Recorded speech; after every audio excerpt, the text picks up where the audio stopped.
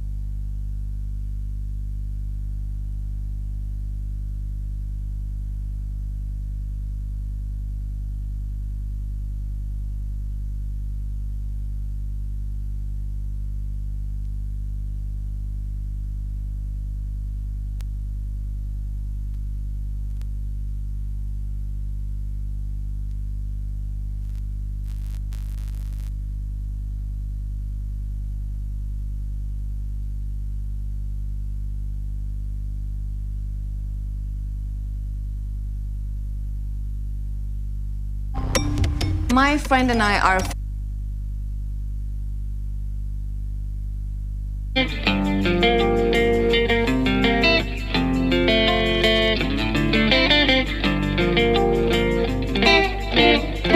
Barua toka Jaramogi na Kenyatta, wanauliza kama Kenya kuko sawa.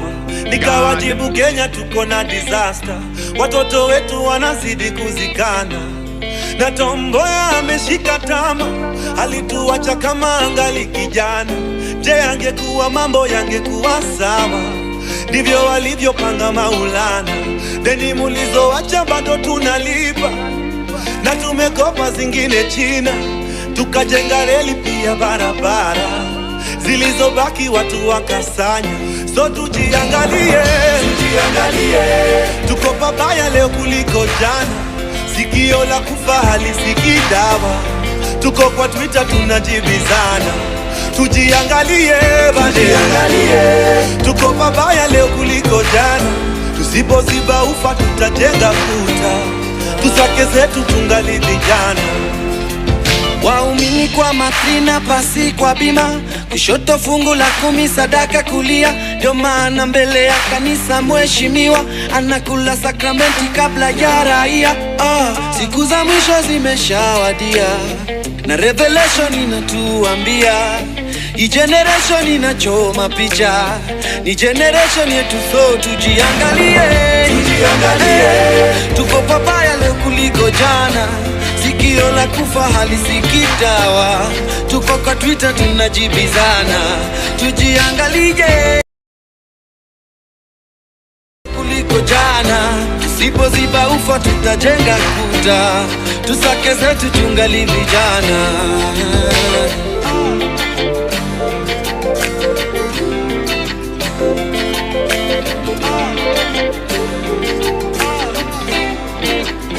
Mishuki alisema tufungeni mikanda, ona leo twavuna tulichopanda.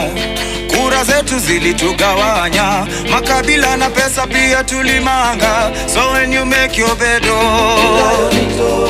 usingizi gani tumelala? Tutajua tujui, Vision 2030 tabaki ni story. Tujiangalie, tuko pabaya leo kuliko jana. Sikio la kufa halisikii dawa, tuko kwa Twitter tunajibizana.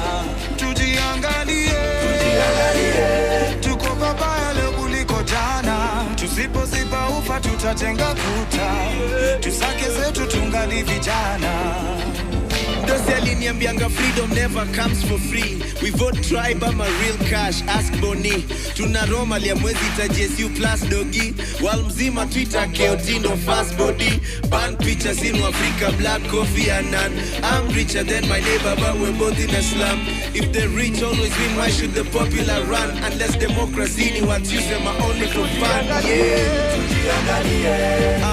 Na hii weekend tuko church, tunauza sura kabisa. Post ya haga wenda poa sana na caption ya scripture. Kayo ndo gospel pitisha bagi ya sadaka kwa club, yeah.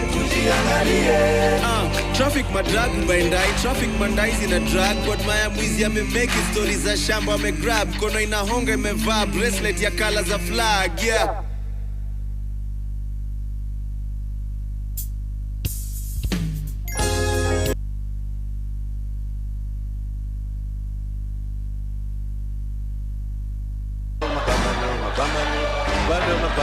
Vijana wa kizazi cha sasa nchini Kenya wameshtua ulimwengu.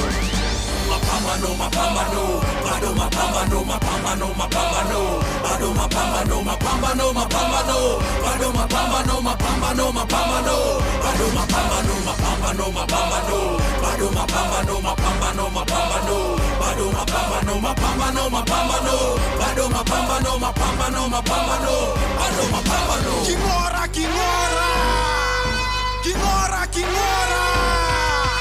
Prisoners wame escape from their mental slavery. Ndo maana wanatuma vifaru na mambaru kutupiga maridhi. Sauti tunapaza tukisema tume reject. Sauti tunapaza tukisema tume reject. Tunatudance to the max. Ndomu tumalize mujaze mifuko zenyu na ganji za ofisadi. Tumeshikana kama wala. Niko tayari kulipa gharama. Niko njaa hata siwezi karanga. Uwe hae, shagala bagala. Niko tayari kulipa gharama. Sitasimama maovu ya kitawala. Sitasimama maovu ya kitawala. Ufisadi, ubinafsi, ukabila. Kuuza sura wataki kuuza sera. Undugu ni kufaana. Sitasimama maovu ya kitawala. Sitasimama maovu ya kitawala. Get wadhifa, una deserve bila kasha makashfa. Hii society Kenya wanaeza share ni nyungu ya busa ama ketol ya shisha. Mfuko zinasikia echo. Unajua thamani ya mali na size ya kifuli. Eyo, ujaibiwa jua unakaa kitu worth. Risking jail time, police bullet for. Unaweza argue crime doesn't pay, lakini huwezi dismiss justice in a bay. Mwizi ana 40 days, 365 days later anaendelea kugrow fatter. Do anything for power, ready to lose their head for presidency. Bora waione kwa currency. Sababu gani siko affected na turbulence? Nikifly angani, nimezoea the same feeling. Matatu zikipitia pothole mtaani. Juliane, yeah, yeah. Niko njaa hata siwezi karanga. Uwe hae, shagala bagala. Niko tayari kulipa gharama. Sitasimama maovu ya kitawala. Sitasimama maovu ya kitawala.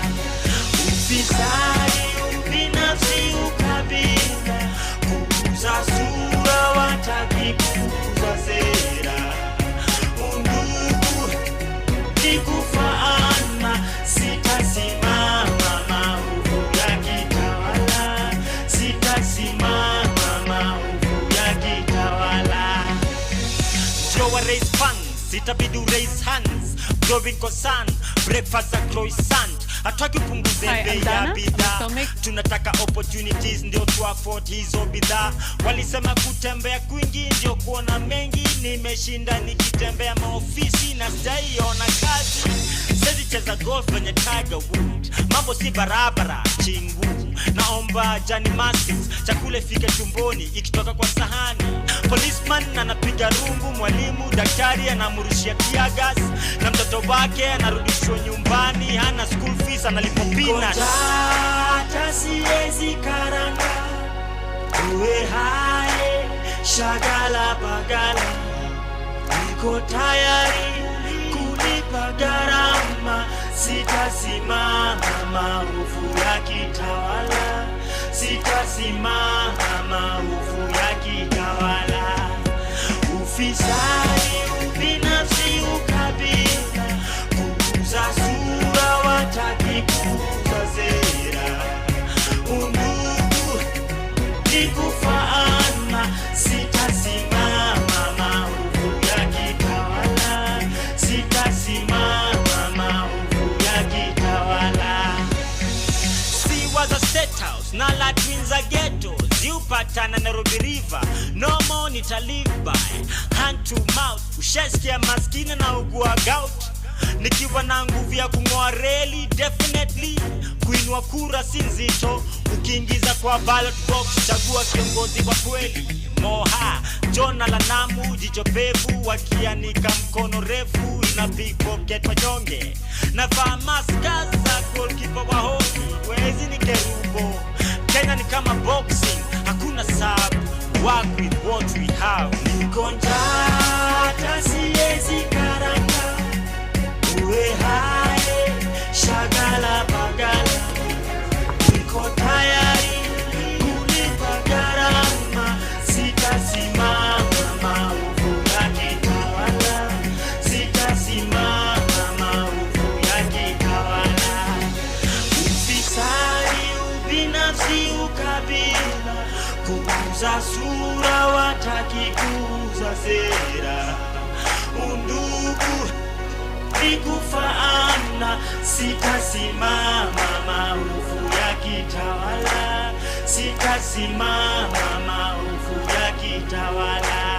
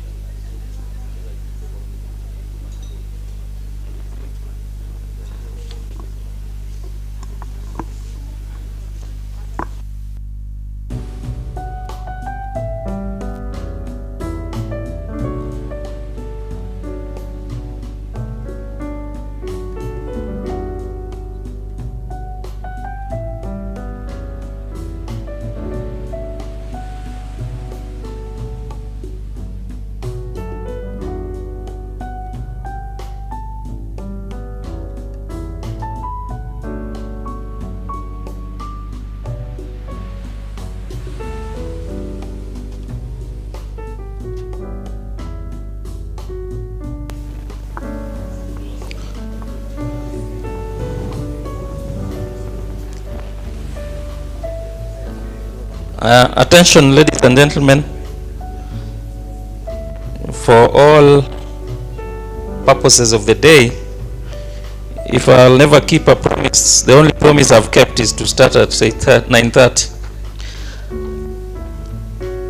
We intend to begin. For those of us who are outside, please come in so that we start.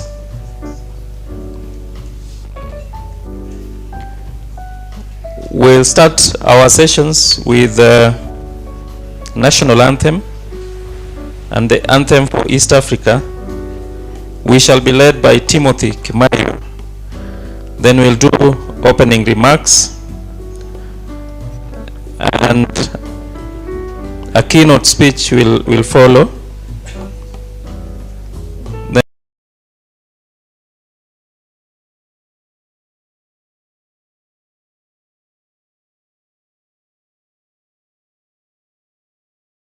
So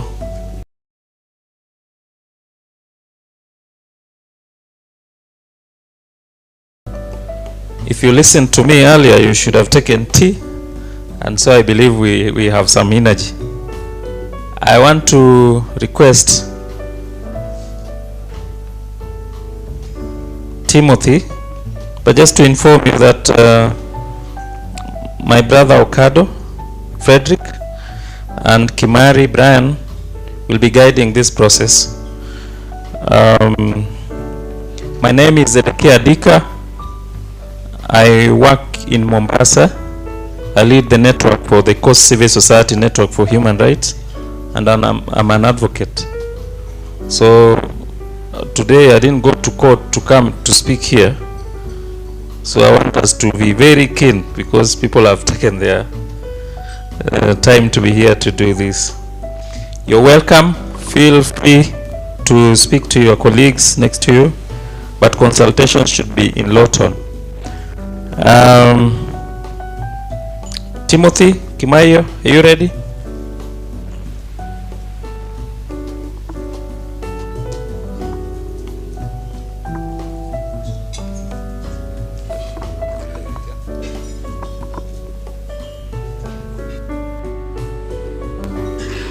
We are requested to stand up for the national anthem.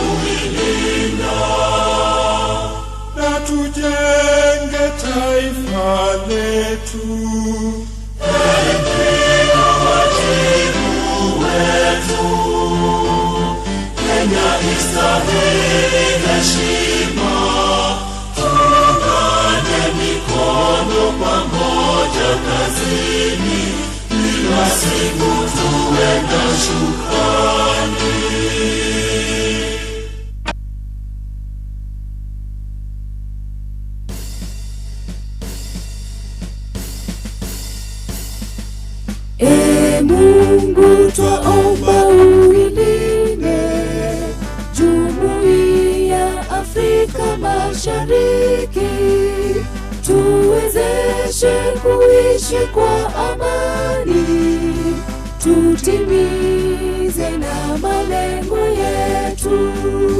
Jumuiya yetu sote tuilinde, tuwajibike, tuimarike. Umoja wetu ni nguzo yetu, idumu jumuiya yetu.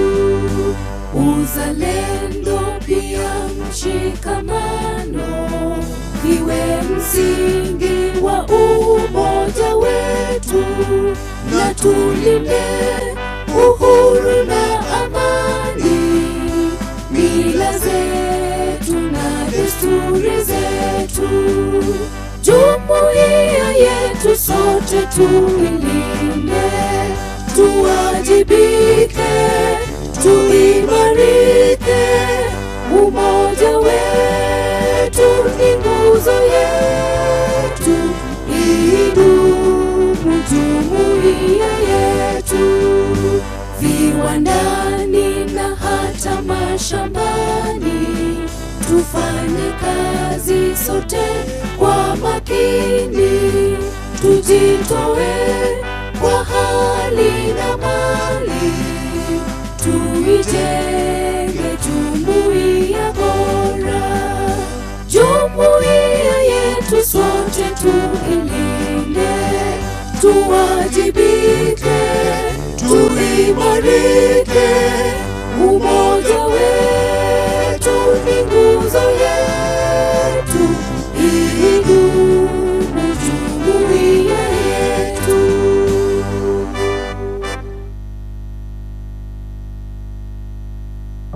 unlock the GoDaddy. As we sit down, thank you so much.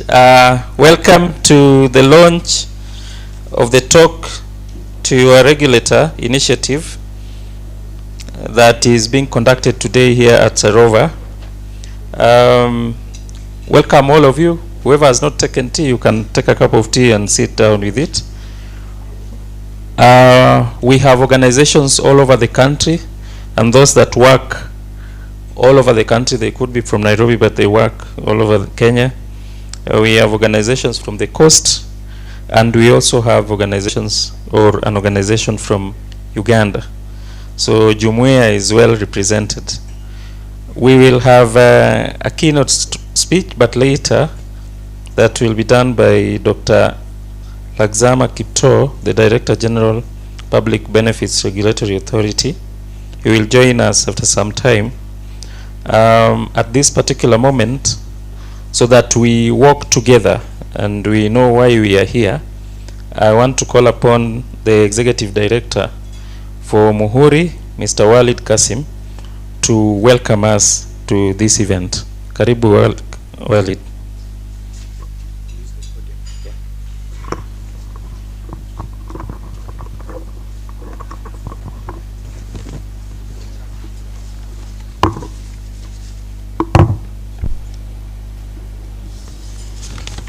Good morning, everyone. I hope we've all had tea. So I had a write-up on what we are going to have today and what we are going to do. So before I read it, my name is, for those who don't know me, Walid Kasim, the Executive Director, Muslims for Human Rights, Muhuri. So I'll proceed to read it's a small speech that summarizes what we are going to have. So once again, our guests and colleagues from the various regulatory bodies, our development partners and colleagues, and also fellow comrades and all organizations represented, good morning. So it is indeed a great honor and pleasure to welcome you all to the official launch of the Talk to Your Regulator Kenyan chapter. Today marks a significant milestone in our collective journey to strengthen the relationship between the public benefit organizations, PBOs, and the regulatory institution that guide and govern our work. We are gathered here not just as stakeholders, but as partners in a shared mission to cultivate trust, enhance transparency, and foster a more enabling environment for the not-for-profit sector in Kenya. The presence of such a diverse and distinguished group from government regulators, civil society leaders, development partner, and regional colleagues speaks volumes about the importance of this initiative. It is a testament to our shared commitment to open dialogue, mutual respect, and collaborative problem solving. As many of you know, the regulatory landscape for PBOs in Kenya is quite complex. While it is essential to uphold standards of accountability and compliance, it is equally important that these frameworks do not stifle the very work they are meant to support. The Talk to Your Regulator initiative is our response to this challenge platform. Is our response to this challenge. It is a platform also where regulators and civil society can meet as equals, where they can exchange perspectives and co-create solutions that work for all. So, ladies and gentlemen, let this launch be more than a ceremonial event. Let it be the beginning of a new culture of engagement, one where dialogue replaces distance and collaboration replaces conflicts. As one of the convening organizations, Muhuri, Muslims for Human Rights, is proud to be part of this transformative journey. For over 2 decades, Muhuri has championed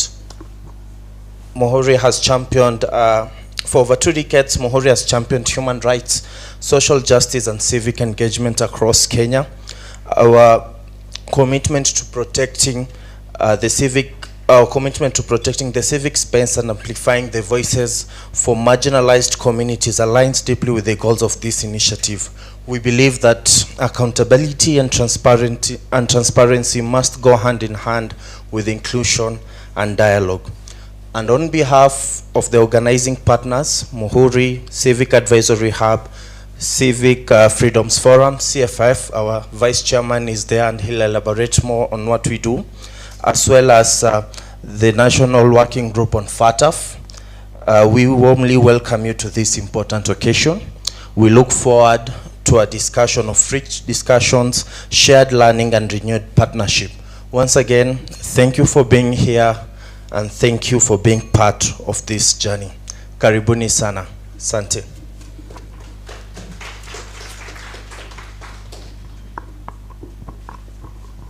Thank you, Walid. I wish I told you to speak in Swahili.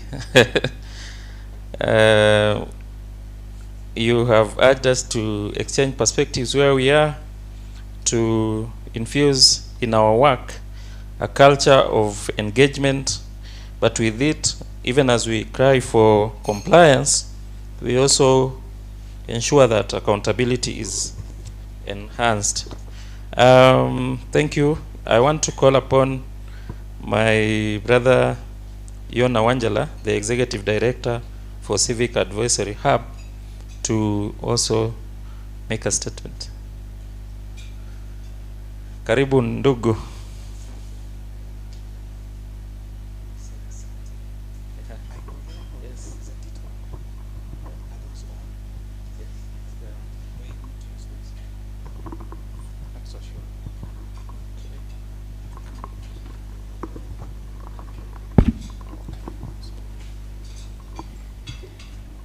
Habari zenyu. Wanasema habari ya asubuhi ama? Someone told us that the Swahili died from my country. But I think it's still alive. So good morning, ladies and gentlemen. Allow me right on the existing protocol and welcome you to this inaugural event for launching the talk to your regulator. Once again, Yona Wanjala is my name. I'm the Executive Director of the Civic Advisory Hub, a platform that works in the Sub-Saharan Africa sub-region to shape, strengthen, and shift a narrative in line with the civic space, but with a key focus on the policy regulations that pertains money laundering, terrorism financing, and illicit financial flows. Of interest to us, we've realized that these policy regulations have one way or the other been misapplied to affect the civic space. And we thought it is wise to make a contribution in this area through research, through capacity building, and through advocacy. Colleagues, I just wanted to explain to that, that's where we come from at the Civic Advisory Hub. But also to thank you, colleagues from Kenya, to invite us. I always relate it to one of my admirable writers, Chinua Achebe, who said that when a man invites kinsmen for a feast, it does not mean that they don't have food at their place. Neither does it mean that they don't have compound where they can see the sun or the moon. But they do so because it is good. It's only good to do so. There are fine brains on the continent that you would have invited. But I thank you for inviting the Civic Advisory Hub. We believe and appreciate the ecosystems of the civil society in saving civic space. There are those ones who would wish to be combative, there are those ones who would wish to dialogue, and there are those who would wish to play safe, and all of us work for the good of the sector. Colleagues, we do not fight what we hate because we might not have the capacity. but we strive to save what we love, and that is an enabling working environment. And we believe that every glitches of conflict end up on the table. And sometimes we take a lot of time to speak to ourselves about the shrinking civic space.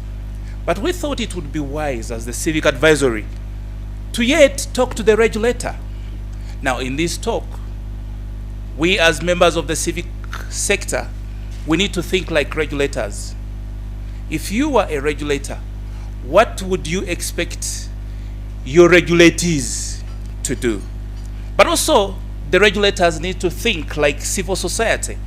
If they were civil society, what would they expect from the regulator? And that it will help us have a balanced tone. Colleagues, this initiative, a product of the Civic Advisory Hub and Defenders Protection Initiative, both in Uganda, has gained traction, and we've seen it shaping a narrative. It has opened doors where civil society can knock doors and negotiate positions, push back through diplomatic engagement, closed door engagement, and open door advocacy forum for the good of the sector. We're happy to also see it being launched in communities like the Zimbabwe as a country. And our colleague from Zimbabwe, we shall introduce him at the opportune time, is here to share his experience of what Talk to Your Regulator can do for the sector. We intend to do this across nations of Africa as a dialogue platform where we talk and give feedback to each other as the sector. The regulators give us the feedback, and also we give them the feedback. If we say we do not have sins, we deceive ourselves and there is no what? Truth in us. Maybe as the sector also, there are certain places that we need to put right.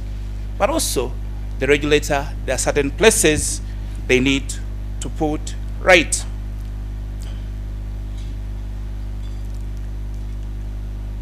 When we talk to the regulator, we mainly don't focus on only one regulator, that is the main PBO.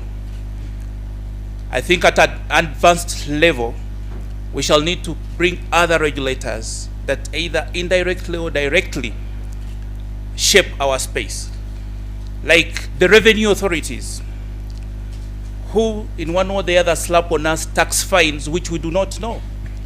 The social security funds, whom we are obligated to work with closely, but also to save for the staff. The data protection office, you know you have an obligation for data protection. These are several other regulators that we need to bring on board. Without taking a lot of time, I would wish again to thank you and bring greetings from Uganda. We love you so much. Both in good politics and bad politics. We really love you.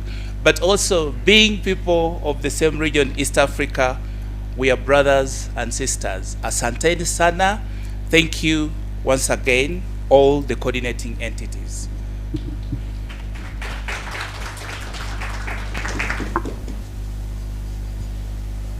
Asante ndugu. Thank you so much, and let me acknowledge the presence of our colleague from Zimbabwe. Karibu Kenya, welcome. I picked from you that policies that we have should not just be used to further stifle the space, but should open up the space. We should not take too long before we speak to the regulators, but then the regulator is not just one. We should talk to all of them, and we should use those diplomatic forums to ensure that engagement for the sector is beneficial to all of us. I want to request that whoever comes, mwambie akuje huku mbele. Hakuna headmaster huku na mwalimu wa maths, ni sisi tu. I want to now call upon my brother Joshua Changwany, the Vice Chair for Civic Freedom, Forum, CFF, to say a word or two. Karibu.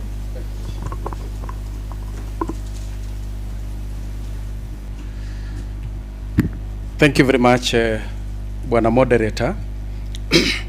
Good morning, all of us. My name is Joshua Changwony. I'm the Executive Director of Greco Kenya and Vice Chairperson of the Civic Freedoms Forum. Allow me adopt the protocol already observed in this room and begin the conversation that CFF is a network of 12 civil society organizations at the national level. This includes PEN Kenya. I think it would be of your interest also to just understand the entities, and if it's of your interest also to be part of us. TI Kenya, I see they are represented here. Kenya Human Rights Commission, which chairs this network of ours currently.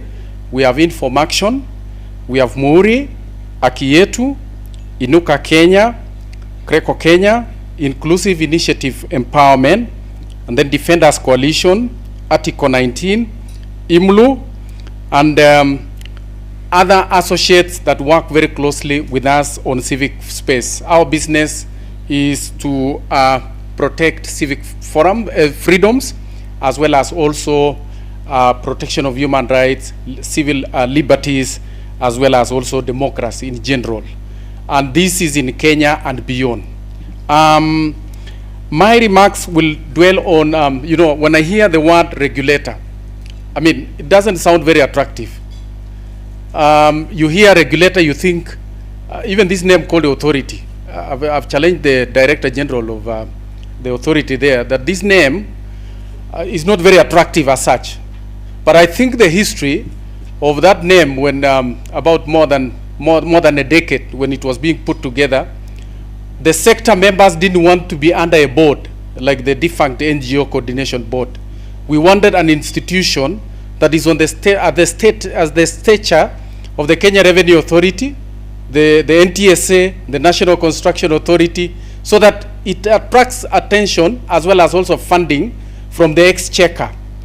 But again, we said, okay, the authority, let them get the name, but I think the business of the entity called the Public Benefits Organizations Regulatory Authority is to enable, is an enabler to ensure that the sector members enjoy doing their business in an environment that is protected by the rule of law.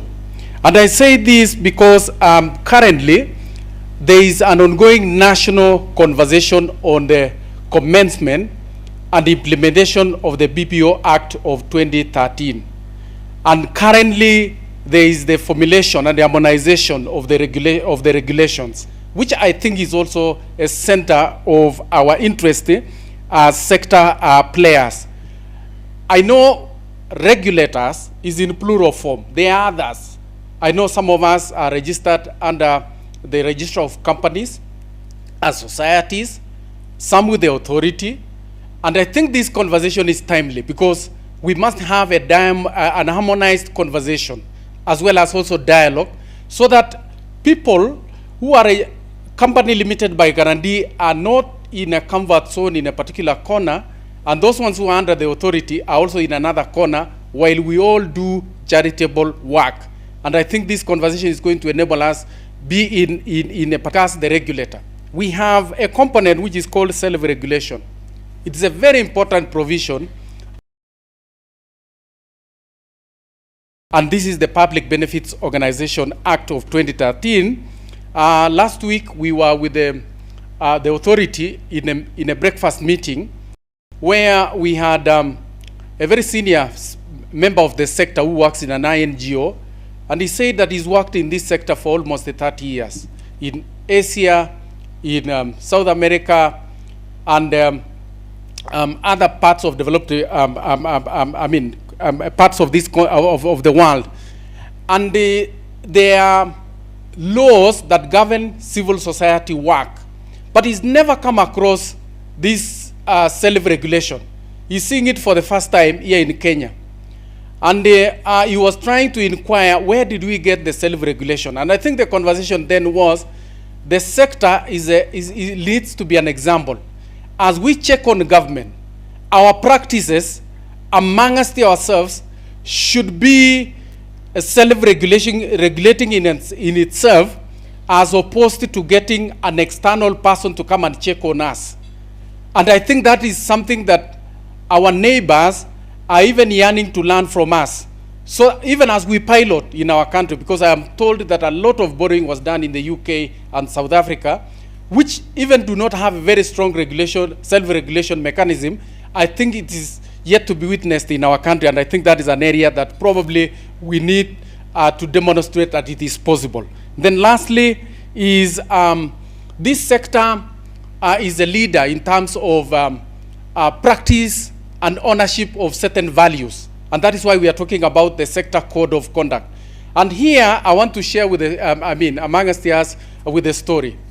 Last week I was having a conversation with one of the leaders of the regulators here in our country, and I was disputing the fact that the civil society sector is not an enabler of terrorism. And I was even telling him that is misinformation. That is how we are being labeled with funny names, just to demean the work that we do. And the guy just told me, just listen a bit. Do you ever do printing to educate the public? That is IEC materials. Walid, I can see we have them on our table here. And it's like you've gotten funds from a particular donor, but there is this service provider who is so attractive in terms of rates, who is so attractive in terms of even payment. They don't harass you. They tell you, please, as long as you give us your LPO, you can pay at your wish, even within 3 months, something like that. It's very attractive to do business. But that person who is doing printing services can be an agent of terrorism, because the proceeds of the business can be funding somebody somewhere to come and do terrorism activities. So where is the source of the money? It is from the sector members. Same, we get services from hotels such as this one, and I'm not trying to say that this is one of them, but I mean, we use venues. And you know, you could get very attractive services from a venue, or an owner of a hotel, or let's say a marketing manager of a particular hotel. And will tell you, in a year, if you give us 10 services, let's say 10 meetings, we will give you 3 complimentary. Who doesn't want such kind of an attractive way of thinking? But now there's the aspect of doing due diligence to say, why is this deal too good as opposed to the competitors in the space of this particular business? And indirectly, you'll have become an enabler of what? Terrorism. So I say this conversation, Walid, is very important, because these things come to us indirectly without even knowing that we are supporters of some of these ill practices that happen in our world. Thank you so much, and may God bless you.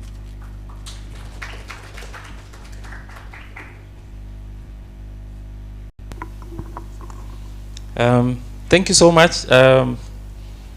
When Vice Chair, I picked a lot from you, but the fact that the authority should be an enabler, in fact, we should change that name, authority, to facilitate. Then we should also practice, and the good example of self-regulation that you have shown us, and the fact that what we practice should also be showing out there as some of the best things that align with the values that the sector stands for. As we proceed with this conversation, I want to call upon my brother Linus Ofware to kindly come and say something. Karibu.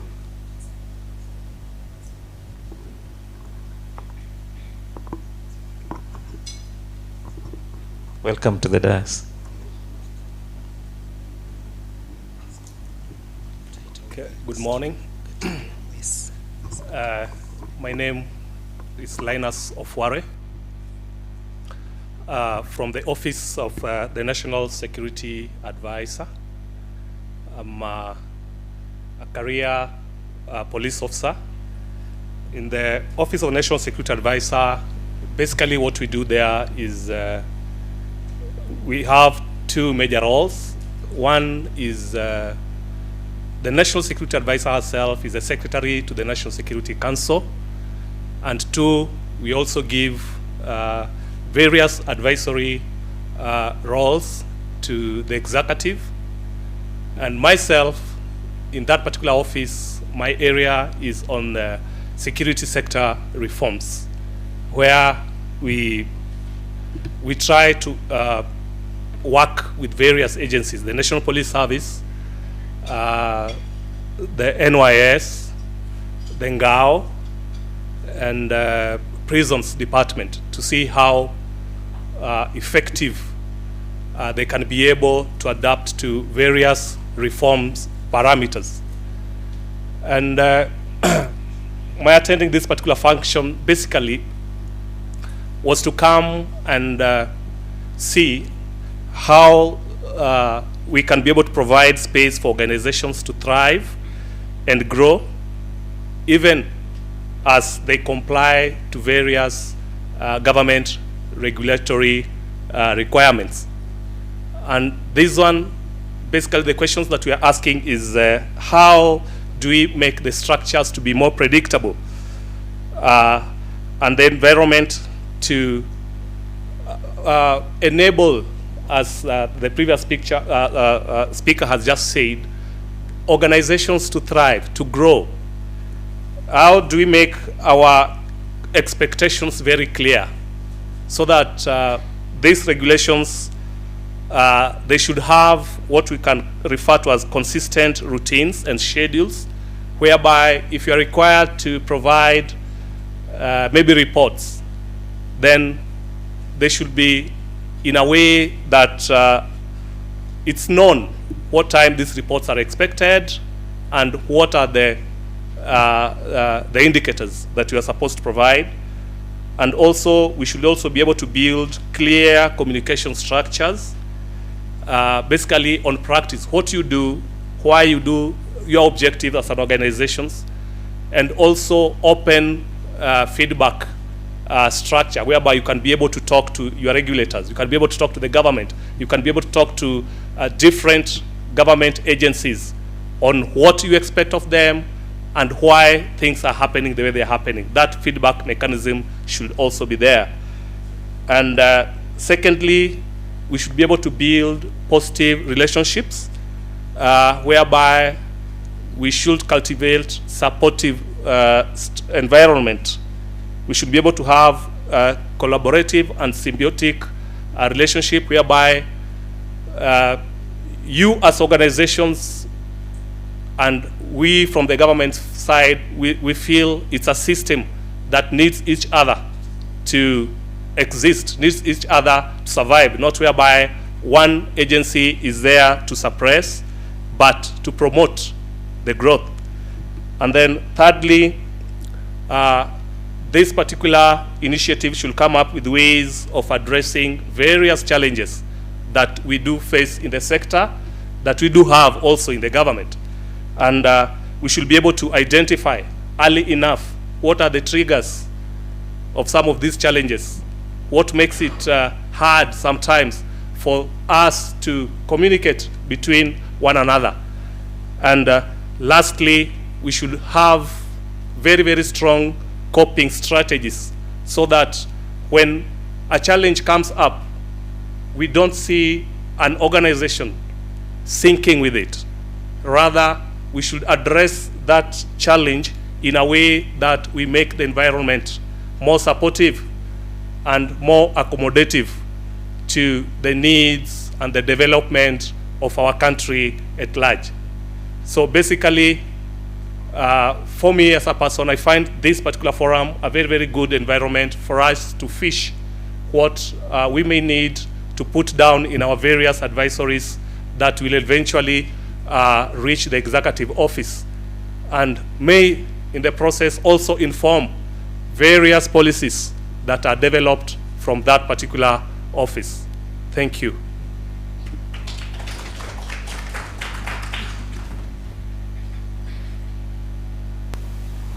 Thank you so much. That is nice, listening to a police officer speak so fluently. And and speaking about reforms in the sector, and the fact that they want to promote growth from our side. I think that is a conversation I would want to have with you.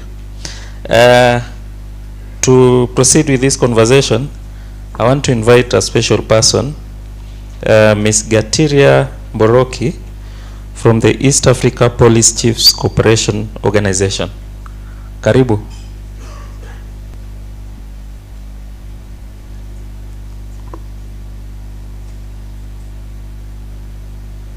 Karibu sana. Tungekuwa enzi ya baba, tungekuwa nasema 1, 2, 3. Karibu.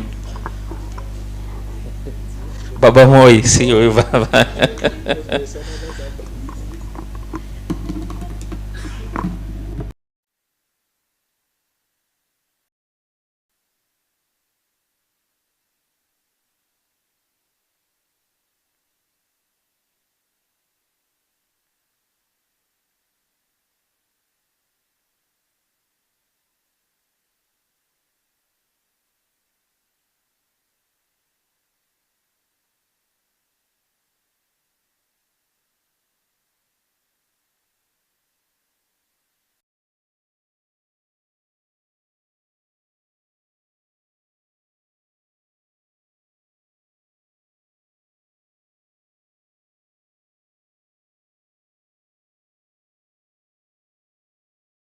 As a center, as a country actually, which should hold the Counter-Terrorism Center of Excellence for the East African region.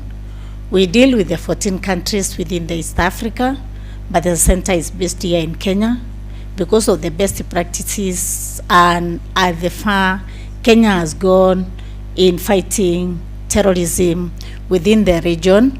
As you know very well, Kenya, we started getting the attacks. We remember very well from 1998, that is when we started, and that is when the East African region came into contact with the real what is terrorism and how to deal with it. Before that time, we didn't have so many of those events. We are hearing them in other countries, but now it came down here in Kenya, within the East African region, in Kenya, Tanzania, and Uganda. If you can remember those who were born by that time and they were working, you know what happened. And right here behind we have the bomb blast with us within Kenya. So this office,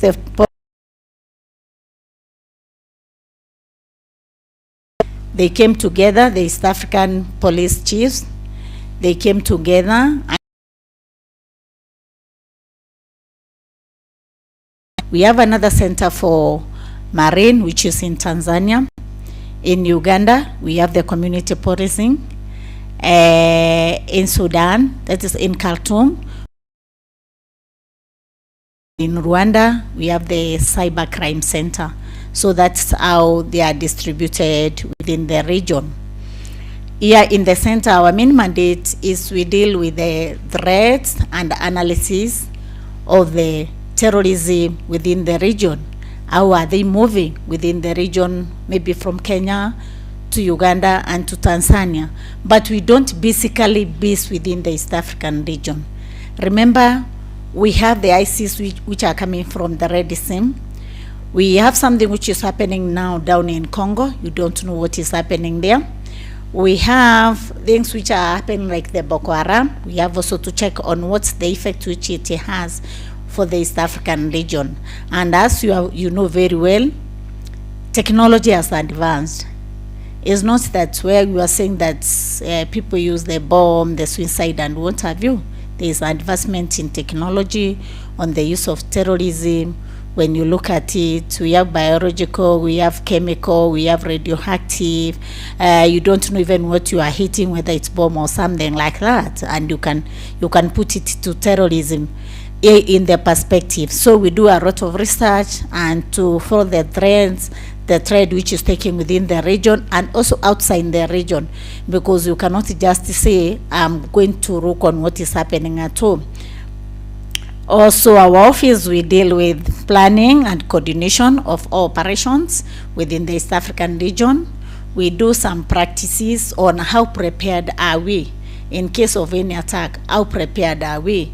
And these operations, they are done within the region, within the country. We give a case study, and from there, the officers and other stakeholders who are involved, how best do they respond to an attack? How do they respond? Are they really equipped? And from there, when they go back, they do an evaluation for themselves as a country. How best are we equipped? When you look at the medical, when you look on the communication part of it, and the police officers, what are they doing at that time? We also do table exercises, a lot of them, so that to see how prepared are we as a country, when not as a country but as a region, because here, as we are based in the region, how prepared are we as a region?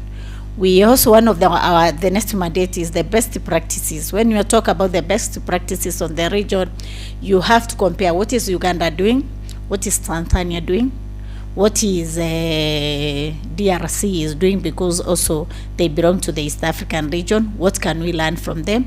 We exchange ideas and knowledges amongst the region. Also, on that, we do a lot of capacity building, and this capacity building is basically for the law enforcement officers and other stakeholders who are related with the work in support of fighting of terrorism within the region. When we are talking about the capacity building, there is a lot of training. How do you respond if a case happens? The first responders, here we talk about the first aid. It has to come even with the members of the public. How do they respond if an incident occurs? How do you save life? And also we look on the radicalization amongst the youth, not only the youth, but also the people who are living within a certain particular area. As you know very well, you cannot say that my religion is the best, because there is a lot of radicalization which is taking place. A very good case which I can give you, you know, Shakaura, you cannot say it was religion, you cannot say it was radicalization. There is something behind that, and you have seen there are some youth who have disappeared. If you watched the news yesterday, there is a youth there who has disappeared, and they have disappeared with a pastor. Why has a youth disappeared and what he has left behind? Maybe those are some of the things which we do. And also now, I feel it is very good because, you know, in terrorism, there is a lot of finances which is involved, especially these days. There is a lot of transfer of money. Why is this money moving from this account? Where is this money coming from? Is it coming from Europe to Kenya? Is it coming from Somalia to Kenya? Is it coming from Tanzania to Kenya? Who is this person who is sending this money? And how can we intercept it? We have to look into depth into it. Where is this money coming from? As Changwane has said here, the money which you pay, the traders whom you see, the big business people, they have a lot of money. Where does this money come from? We have to look on the sources. Where is this money coming from? And as a result of that, we can be able to make our region safe, and particularly the East African region. We want it to be safe from these issues. And this platform, it's very good because now we are going to interact with the civil society. It's a good platform for you people, the civil society, to come interact with us so that we can be able to deal with even on when people come back, how are we supposed to integrate them back to the society? Some evidence, but they cannot be accommodated in the society. What do we do as a country? What do we do as a society? What do we do as an organization? So those are some of the things which we do, and I feel this platform is very good because now we know there is a lot of finances which are taking place online, and we have to check where it's coming from. And if at all we know the sources and we are able to follow the trends, it is a good score for us as a region, for the East African region, and we are going to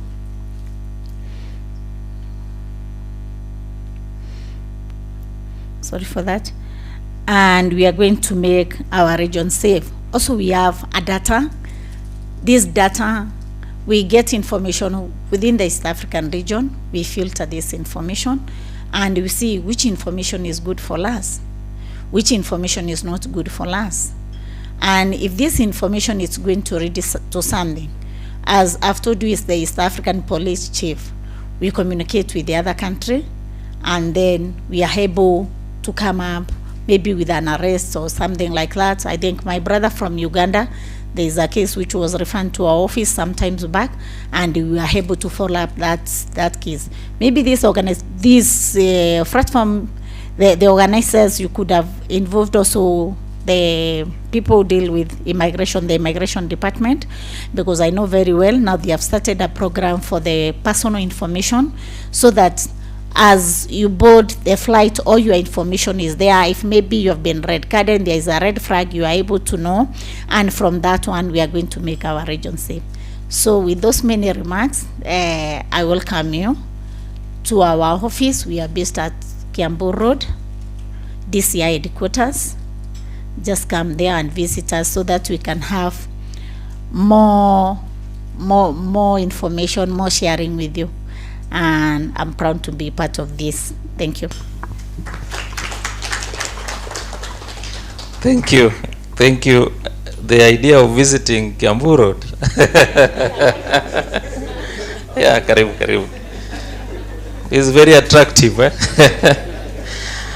May I acknowledge our part of the participants who are online through Zoom.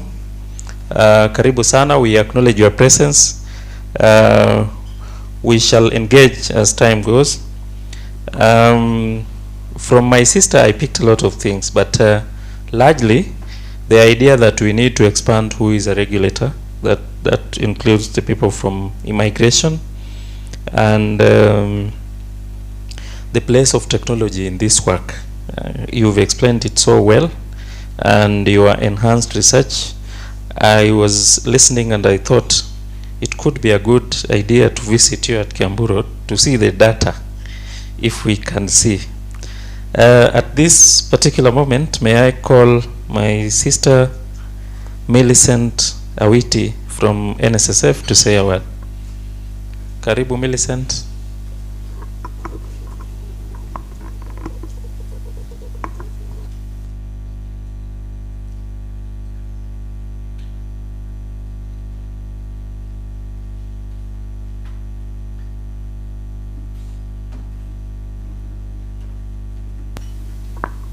Millicent, just before you say, I take this opportunity to acknowledge the presence of the Director General.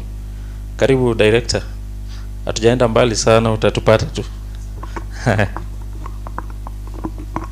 Good morning, everyone. All protocols observed. My name is Millicent Awiti from the National Social Security Fund.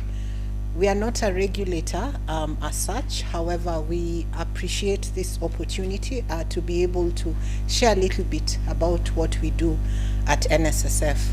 So NSSF was formed in the year 1965 as a result of sessional paper number 10, which whose aim was to tackle the issues of poverty, ignorance, and disease. We have since grown to a semi-autonomous state corporation from the year 1987, being moved from the State Department of Labor to a fully fledged state corporation.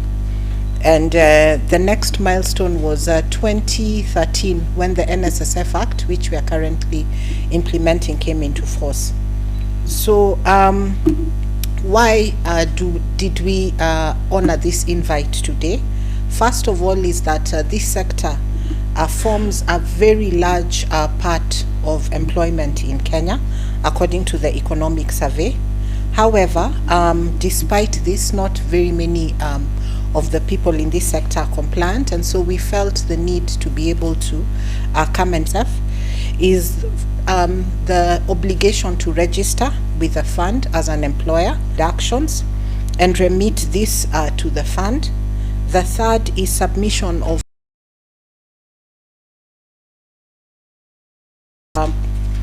in the prescribed format. And then lastly is to keep proper record through some of the forums such as this one, supporting us through educational education. Why is social poverty? And the only way we can enhance social cohesion is promoting well-being of our staff, and that is through social security, or you remit for them their social security contributions on a monthly basis. I think I will stop there. Thank you very much. We do appreciate the opportunity to be able to share in this forum, and also the fact that a good number of employers in this sector are compliant with NSSF. Thank you.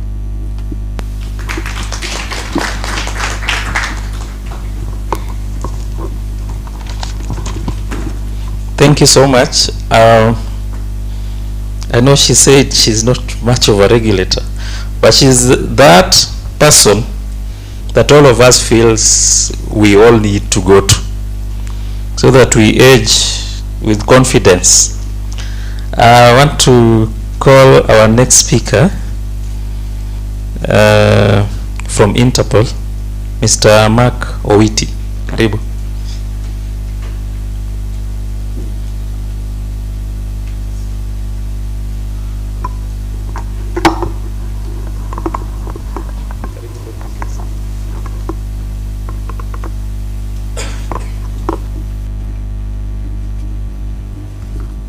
Good morning, everyone.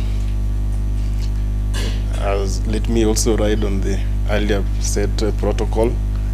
My name is Mark Owiti, attached to International Police Organization, also known as Interpol, regional office in Nairobi. It is also along Kiambu Road. Yeah, so just below the office where Madam sits. And for us, we are not regulators. That one, I'm very sure for that. And what basically Interpol does is the police, international police cooperation, and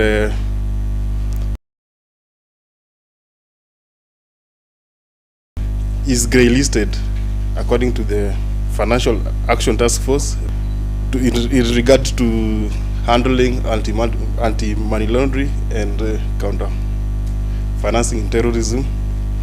And one of the key functions that we as Interpol does is capacity building to law enforcement officers.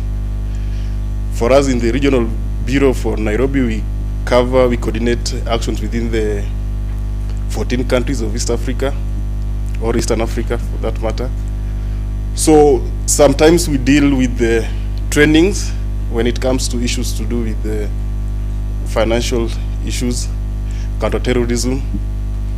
So my boss was to be here. Currently the boss who is heading us is called Mr. Paul Africa. He's from Rwanda, and he's also out for official duty, and he assigned me to come for this workshop. And I'm seeing it's more focused on the regulators. For us, we are not regulators, but when it comes to enforcement, for the police is the one who mostly deal with the issues of enforcement. So it's also a good opportunity for us to know that what do we expect, because it's also good when you enforce, you enforce from a very informed perspective. For me, I will end there, and thank you for the opportunity. Okay. Asante ndugu. Thank you so much for letting us know what Interpol does and that you're along Kiambu Road.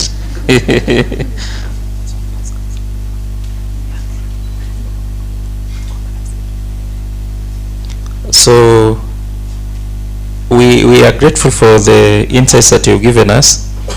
We are moving towards the end of these speeches. I know they could be sometimes very boring, but we took tea, so we have energy to listen, and then we will have a conversation where Suba Churchill and Ms. Hilda Chiro and Enes Jamai will be, I know they have a lot of energy, will be able to ignite this conversation at that particular moment.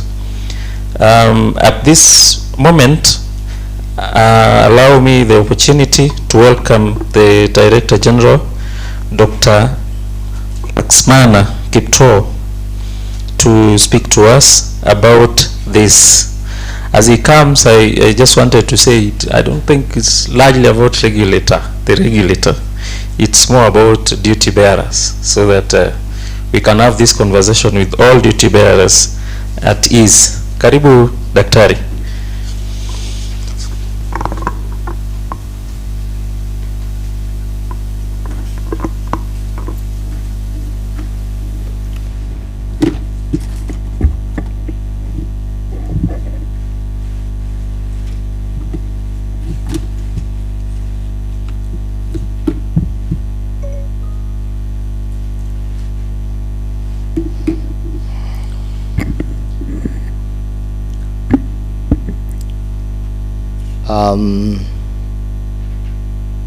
Good morning, ladies and gentlemen.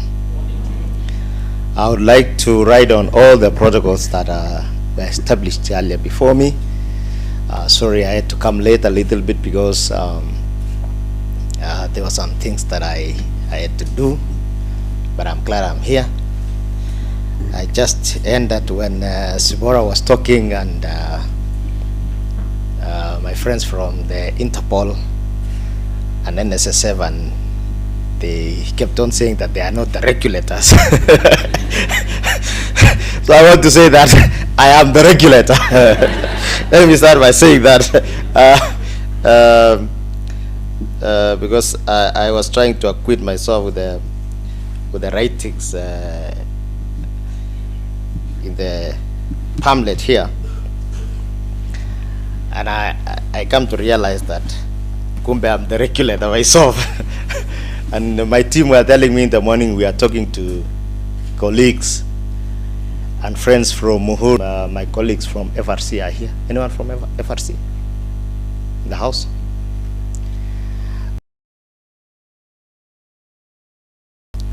So I'm glad to be here this morning to have this conversation.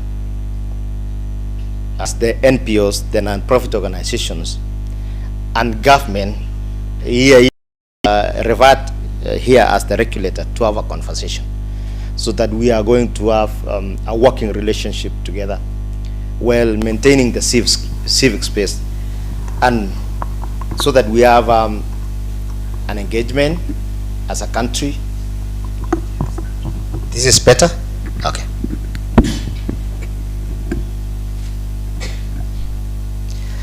So that we have a country and we work together towards some of the things that maybe some of us are taking for granted.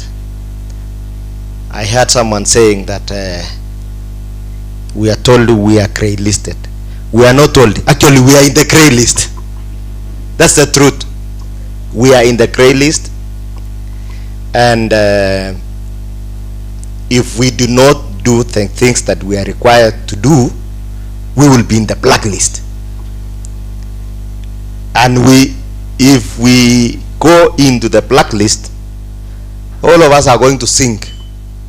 The government plus all of you. Are we together? You know, sometimes non-profit organizations or civil societies think that if government sink, they will not sink.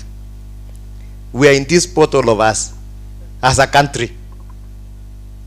And I wish all of you were in Dar es Salaam last month with us when we were doing the face-to-face reporting about what Kenya is doing as wholesome for us to be removed from the grey list. That is when you will realize how serious this thing is.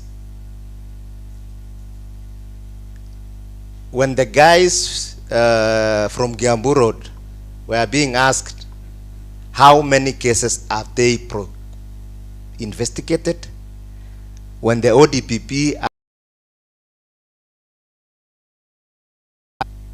when the judiciary are asked how many cases are in conclusion, when the banks, the regulators are told how many amount of money they've been able to freeze,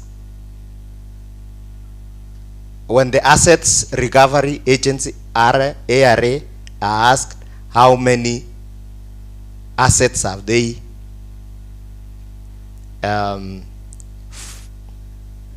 frozen?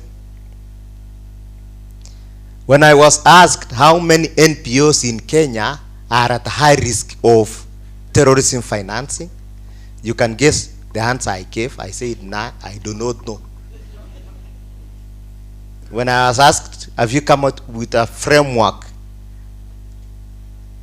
to implement the high risk based approach? I said, I have not. And that's why we have this conversation. Are we together? Yeah, so that you don't live in your own world where you think that you are in a vacuum somewhere. We are all interdependent and we need each other. And that's why we are here. Let me start by saying that distinguished guests, esteemed regulators, development partners, civic society leaders, ladies and gentlemen, good morning once again. I want to extend you warm greetings from the Public Benefits Organization, Regulatory Authority, and by appreciating each of you for being present today for this necessary conversation and a timely intervention and recommitment to our collective responsibility to Kenya's development and democratic vibrancy. Allow me to acknowledge the efforts of our hosts, Muslim for Human Rights, Muhuri, the FATF Kenya NPO Working Group, the Civic Advisory Hub, and Protection Initiative for their leadership in convening this letter. And I'm deeply honored to be part of this initiative that is so vital and so visionary, so aligned with the ethos of inclusive governance and effective regulation.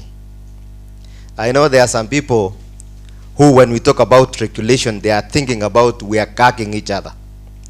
What we are only saying that we should be doing things in an orderly manner so that all of us respect the law as it is. And you can be held accountable for everything. The public benefits organizations are indispensable partners in our nation's development. And let me just give you some statistics to highlight or to justify that statement. Is that according to our annual land use sector report of 2022-2023, BBOs mobilized 196 billion in funding, with 77%, which is approximately 141 billion, generally directed to local projects across the country in different sectors. And these investments have significantly impacted sectors such as health, education, child welfare, conservation, disaster, gender empowerment, and advocacy. The sector bolstered employment, supporting over 79,000 jobs across various counties in the country. However, the heavy reliance on foreign funding, nearly half from North America, highlights the need for diversified and sustainable local funding mechanisms. And that's where we come in as a regulator, that the operationalization of the PBO Act of 2013 moment in Kenya's regulatory landscape.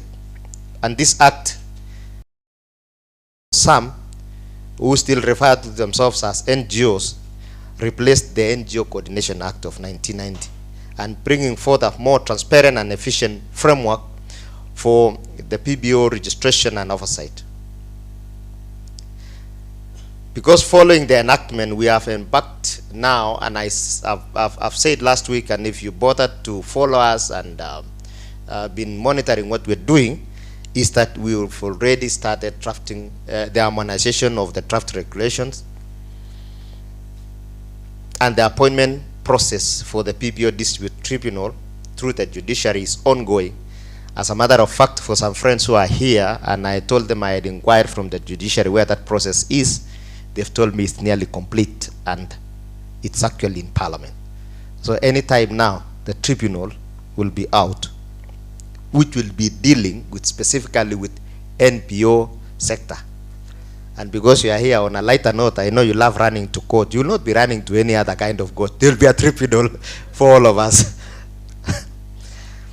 That's on a light.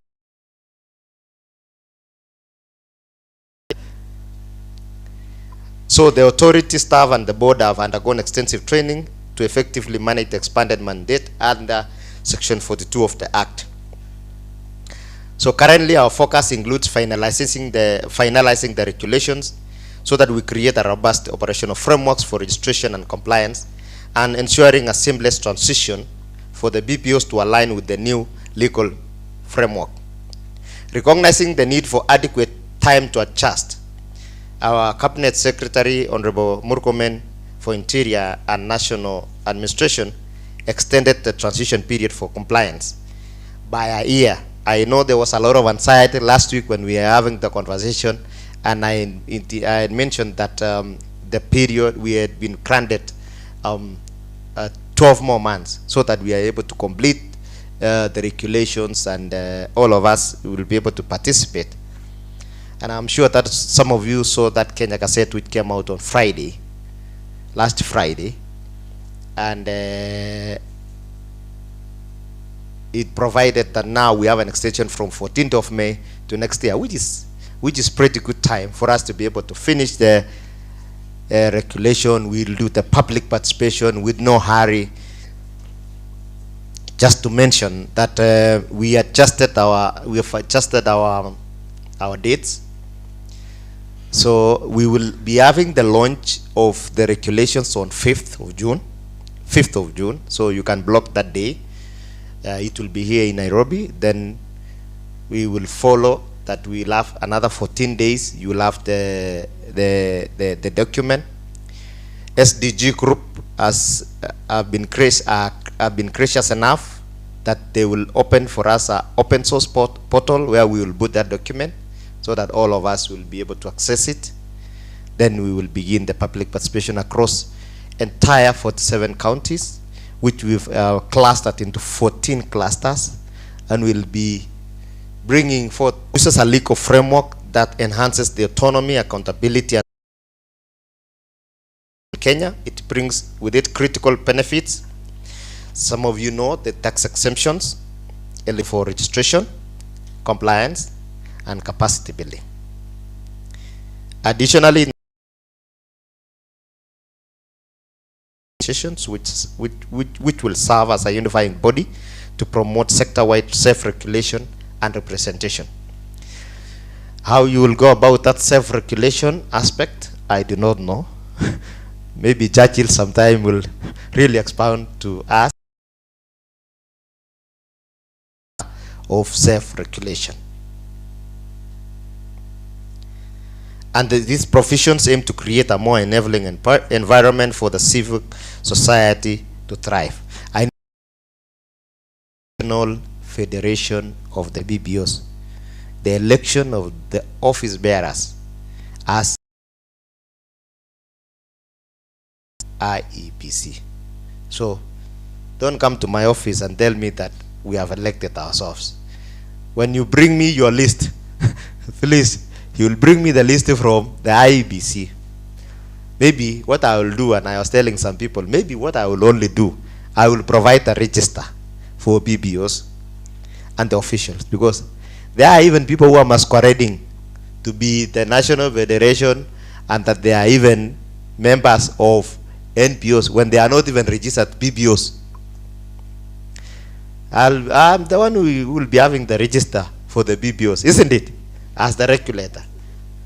So when you come, you'll be telling me I'm a registered BPO, and you know we have very many other regimes.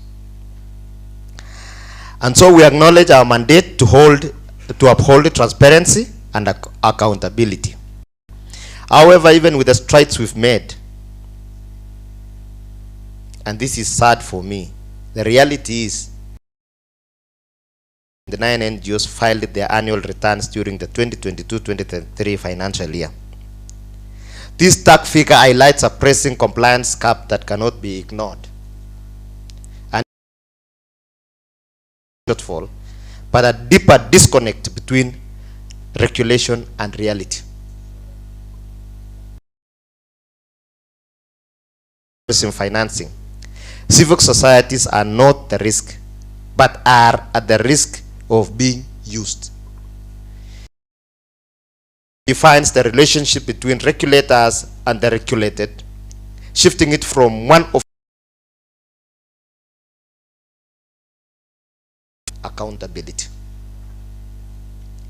As they to co-developing simplified, user-friendly compliance guidelines and toolkits with the civil society. And I will always say it. You will find civil societies doing the same thing in the same place, same beneficiaries everywhere, and everyone. And I said, and I will continue saying this, civil societies also have to walk the talk.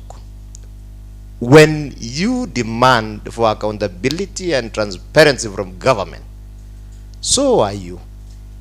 Because you cannot have your cake and eat it.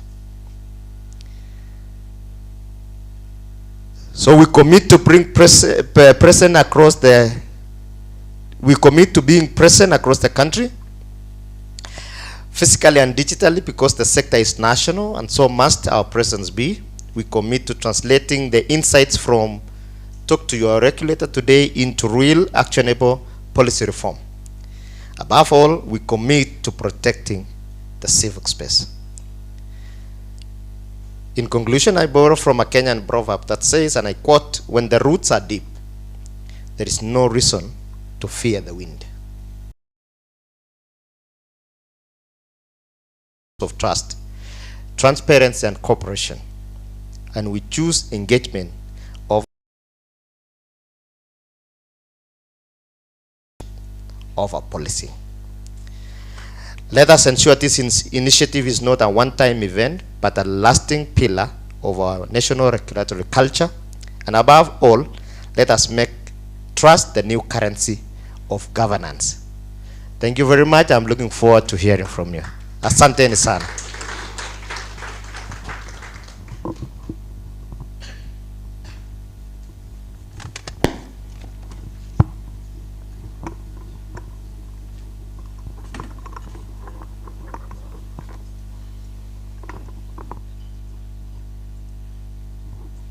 Asante DG.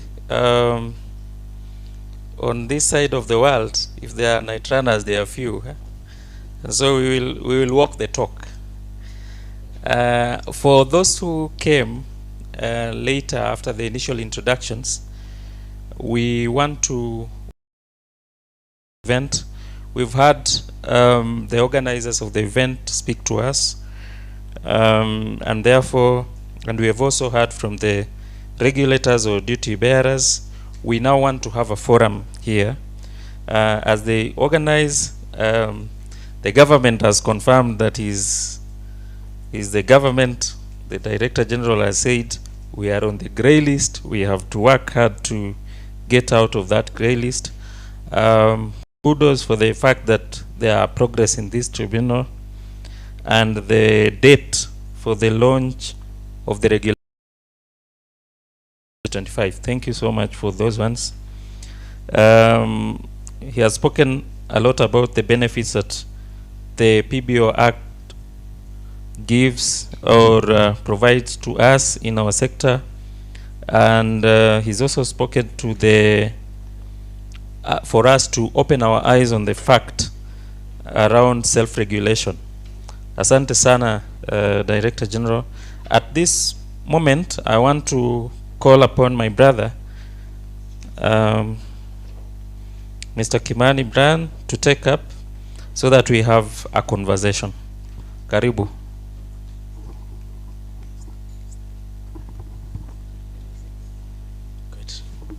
Good morning, everyone. Good morning. Good. My name is Kimari. I work for the Center for Human Rights and Policy Studies, and I'm one of the co-chairs of the NPO working group on the FATF. So this session now, first I'll start by really appreciating the people who've spoken before us, including the regulators, the oversight bodies, and the security actors in the room. I think we've set up a great, we've set up for a great session, and we've already introduced some of what we'll be discussing. This next panel discussion will now go very deeply into some of the questions that we already have around the regulations, around anti-money laundering processes, and around illicit financial flows. We're going to talk about the status of Kenya now, with where we are at on the grey list. And beyond that, we're going to look at the consequences of anti-money laundering and countering financing of terrorism laws and regulations, and how these have impacted civil society. But beyond that, we are going to look towards positive transformation. I think the idea, as I like something that Dr. Laxmana has just spoken, and I'll come to you to trademark it. But there's an idea for engagement over suspicion, learning over lecturing, and I think that's really what we should try to get at with this. We are trying to look at how to innovate to address some of these issues as well. So I'll begin by introducing my panelists now. And the first panelist will be Mr. Suba Churchill. I think he's very well known to the people in this room. He's the current executive director of the Kenya National Civil Society Center and the immediate former presiding convener of the Civil Society Reference Group, which, as you know, is a group that spearheaded the development of the PBO Act, along with as well as PIBORA and the rest of the organizations that they represented. He has extensive knowledge on issues of human rights, gender, devolution, and anti-money laundering, and has wide experience in lobbying, advocacy, training, and providing technical support. I think one of his, as well, governance and decision-making processes that he's been involved in include the constitution-making process in Kenya from quite a while ago. Karibu, Mr. Suba. Good. Asante. Next will be Ms. Hilda Achiro. She's the Chief of Programs and Administration at the Civic Advisory Hub. She's an experienced program manager who has worked within civil society globally and in penal institutions. Her expertise spans a wide range of areas including civic space, human rights, democracy, rule of law, life skills, health, and education. Thank you so much, Ms. Hilda. I think you know us, along with Yona, thank you. Along with Yona, Ms. Hilda has been one of the people who spearheaded the Talk to Your Regulator initiative around East Africa, so we'll hear a bit around that. Next, we'll have Mr. Ernest Nyimai. Mr. Ernest Nyimai is the Executive Director of the National Association of NGOs, which is based in Harare, Zimbabwe. His work centers on empowering marginalized communities and amplifying their voices. As the National Association of NGOs, he works closely with NPOs and regulatory agencies to foster transformative change and create a lasting impact. Thank you, Mr. Nyimai. And finally, we'll have Ms. Irene Boke. She's an advisor at the GIZ under the program on combating illicit financial flows. She's also an advocate of the High Court and an expert of issues of governance, human rights, and economic justice. Good, thank you so much. And finally, I'll introduce myself again, because I have the opportunity and the microphone. So as I said, my name is Kimari. I'm the co-convener of the NPO working group, and it's good to have you here. So just framing the conversation has been a lot of issues around the grey list in Kenya and around issues of illicit financial flows. Okay, thank you. Yeah, and around issues of illicit financial flows. And one of the people on the panel is really an expert on this issue, as I mentioned. So as an expert on issues of international financial flows, Irene, what would you say is the effect of Kenya being grey listed as we currently are?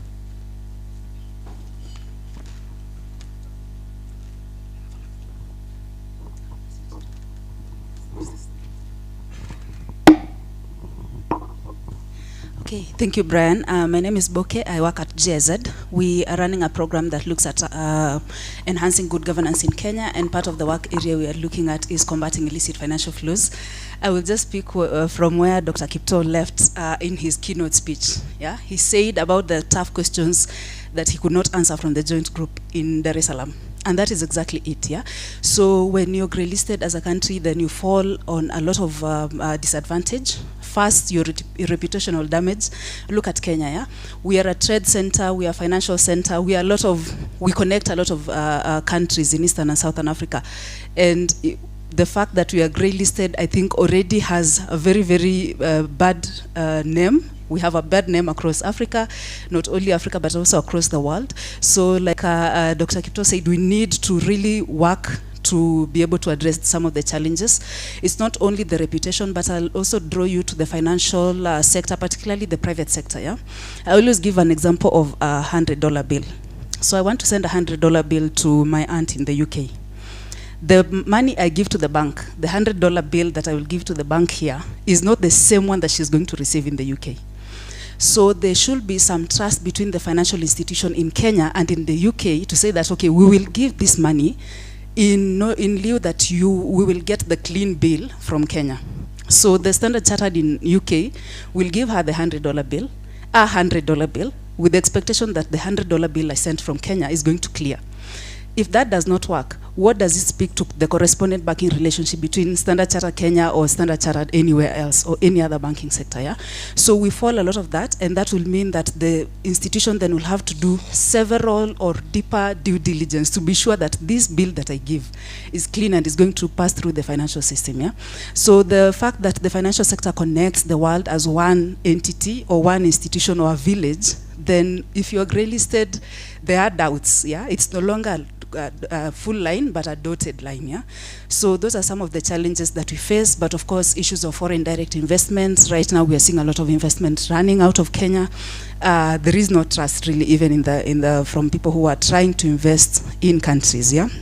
There's only one very strange case I saw in UAE where they were grey listed and the FDI actually rose. Their foreign direct investment rose, which is an interesting one. They need to tell us how they did it. But that was one of the few very rare cases, actually. I've never heard of any. Yeah? So I think those are some of the effects that we suffer. And at GSZ, we have put in place mechanisms, or we are putting in place programs that will be able to support Kenya, not only now, but we started working in Kenya on issues of illicit financial flows in 2015, and we've been supporting government agencies across. And some of the areas that we look at, not only the legislative and regulatory framework, but also the supervisory monitoring framework that the PBRA is right now putting in place. For example, we are also looking at law enforcement agencies. I'm glad that the law enforcement teams are in the house, Interpol, DCI, and the rest. We are also looking how do we support those agencies such that when the Daktari here is asked, how many cases have you investigated on terrorism financing or money laundering, they have a number. How many cases have you prosecuted? Then we also work with ODPP to ensure that we raise prosecution issues on especially money laundering cases. So those are some of the initiatives that we are putting in place, but also GSZ is a capacity building entity, so we try to really build the capacity of these agencies on several matters. Thank you. Great, thank you so much for that. And I've gotten a great example with the $100 bill, which is an easy way to explain something that's quite complex, and that makes it really clear. Now moving to Suba next, and really just jumping off from where Irene has left off. We know that when institutions are grey listed, there's a lot of damage to the reputation of the country, to the financial systems. And Kenya has been grey listed before. We were grey listed in 2011. And at that point, some of the issues that we saw within the regulation of civil society were thought to be related to Kenya being grey listed. So I know, especially from around 2014, there were a lot of issues in the civil society sector in Kenya, and some of it was informed by AML and CFT measures in the country. Drawing from your own experience, what do you think have been the intended and unintended consequences of these frameworks that we've adapted to address money laundering and financing of terrorism, especially touching on the impact on civic space in Kenya and on the work of NPOs? Thank you very much. As you've heard, I'm sober directly. Starting with the intended consequences, of course, one can say that we have seen as a result of this anti-money laundering and countering financing of terrorism measures that our government has adopted over the years, we can talk about strengthened financial systems and prevention of illicit financial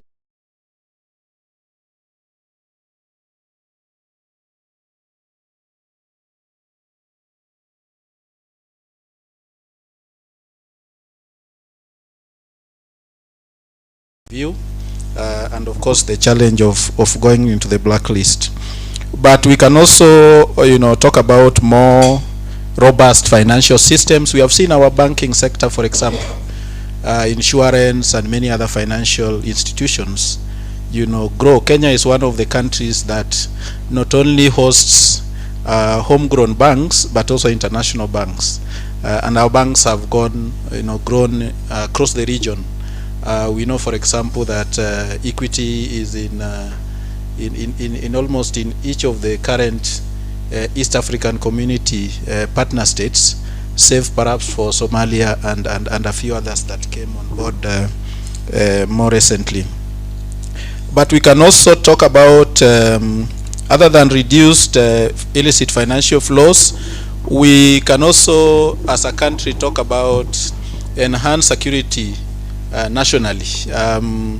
We have not seen, as a result of those measures, cases of terrorist attacks. And that is because perhaps those terrorist cells that used to thrive on less regulated, those measures have contributed to curbing some of their machinations, and therefore we can talk about being relatively free. I think the other day I was walking into a restaurant, and so a security guard who is supposed to frisk me and ensure that I'm not a possible terrorist was the one who was welcoming me into the hotel. He has become, most of them have become stewards, shop stewards, and that is literally dropping our guard as a country. And of course, there are people out there who will be looking for opportunity to take advantage of that. You recall during the days of the late Otieno Kajwang, when at some point the immediate former Prime Minister Raila Odinga came back from the country, and there was this big rally, and then they were saying, "Baba, while you are away, every day bomb." So today we can no longer, even if Otieno was still alive, talk about those bomb that were occurring almost on a daily basis.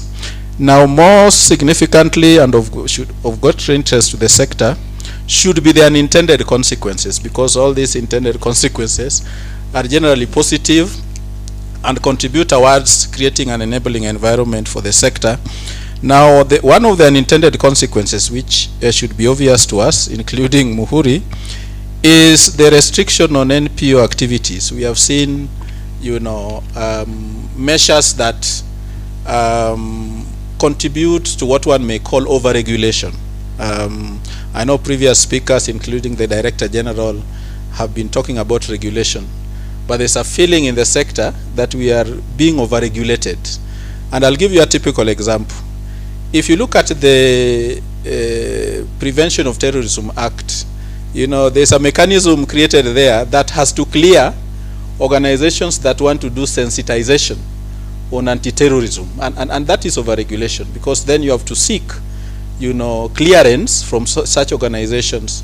And more recently, the Kenya National Civil Society Center to issue a statement condemning the National Cohesion and Integration Commission for proposing a bill in Parliament that would empower them to be a referee on peace-building activities by NPOs. And we told them that, we have our key regulator. Each of the NPOs in this country are regulated either by the authority, the register of societies, register of companies for those for not-profit companies, and so on. And therefore, the Cohesion Commission cannot, cover up its spectacular failure to deliver on its mandate by demanding more powers to be the one superintending over peace-building activities, which a number of NPOs do, especially in marginalized areas where people still fight a lot around conflict, resources, including grazing land and so on. Then there has been financial inclusion. As banks, try to ensure, and I like the example that our sister gave, Boke, as banks try to ensure that there is no illicit financial flows, they have adopted measures that are generally referred to as de-risking. You are trying to eliminate risk of facilitating illicit financial flows. And so there's a lot of due diligence procedures that banks engage in. If you wanted to open an account, if you are an NPO, the Director General here will say, I must give you a letter. And that letter comes with a fee. And so it not even has, financial exclusion measures, but also increasing the cost of operation for NPOs in order to ensure that they are compliant. And many of those that have bank accounts across the country will tell you that at some point some former executive directors, it was called then, of the NGO Coordination Board did a letter to all banks saying that before any civil society, before any NGO opens a bank account, they must get clearance from us. You and I know that not all NPOs are regulated by the NGO Coordination Board as it was then, but banks became very cautious, and so they would refer people to the NGO Coordination Board, including even those that are not registered under the regulatory framework. Then there has been erosion of civic space, which means that whenever organizations cannot raise even the funding they need to do the activities and deliver on their mandate, a number of donors today issue funding declaration forms and a kind of an affidavit that you swear, and perhaps the regulators like the PB authority may not be aware of this, but a number of donors when they are funding you today, would have certain clauses on anti-money laundering and financing of terrorism, and they want to be assured that that those funds will not be used for any other purpose other than those for which they have been asked. And of course, I've alluded to increased compliance costs.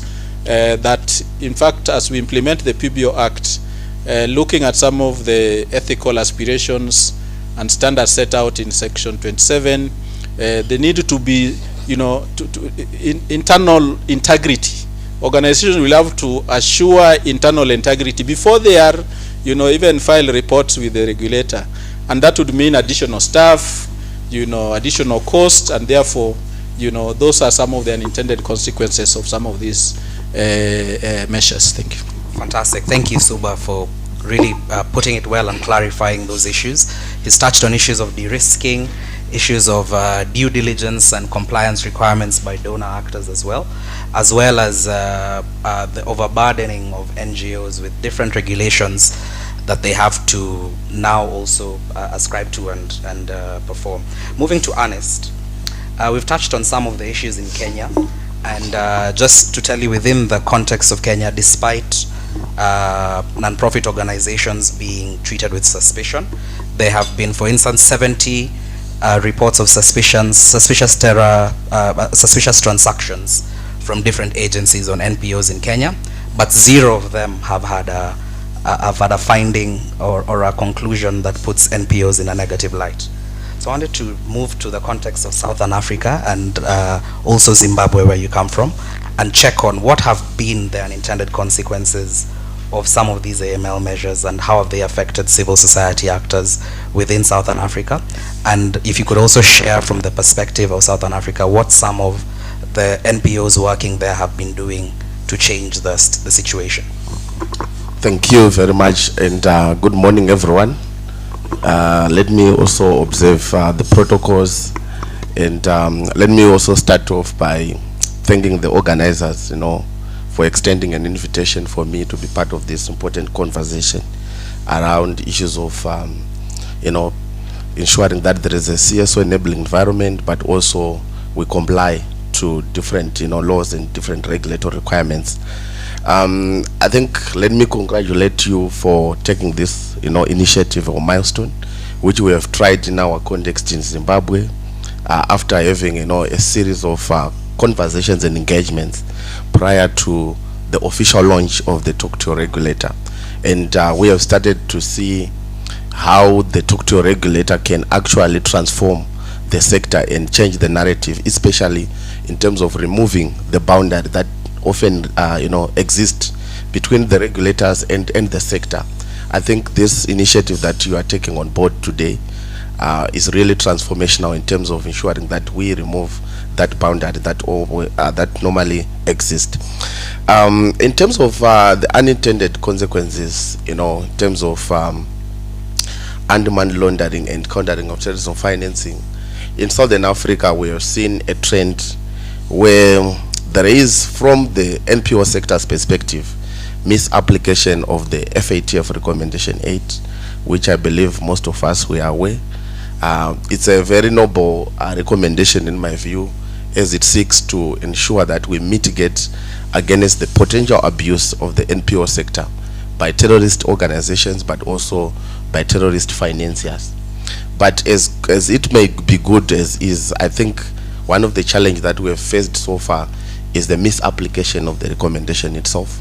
I think the recommendation itself speaks a lot, or emphasizes about issues of applying the risk-based approach and also coming up with proportionate measures to the identified risk.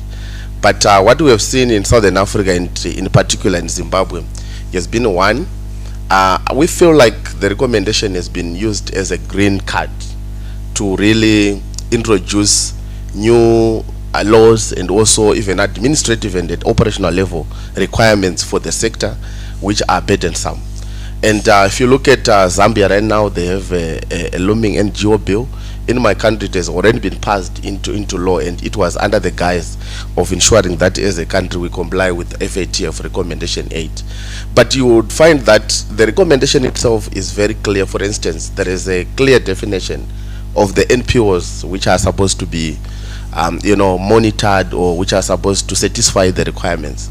But what we have seen is that the countries actually universally apply the recommendation to assume that all NPOs in the country is actually vulnerable, they are at risk, and then come up with measures such as amending the existing regulatory laws and frameworks in the country. And that has been one of the unintended consequences. And we also admit that even globally, that has been one of the unintended consequences, which probably led to the revision of the recommendation itself and more emphasis on the need for us to apply the risk-based approach.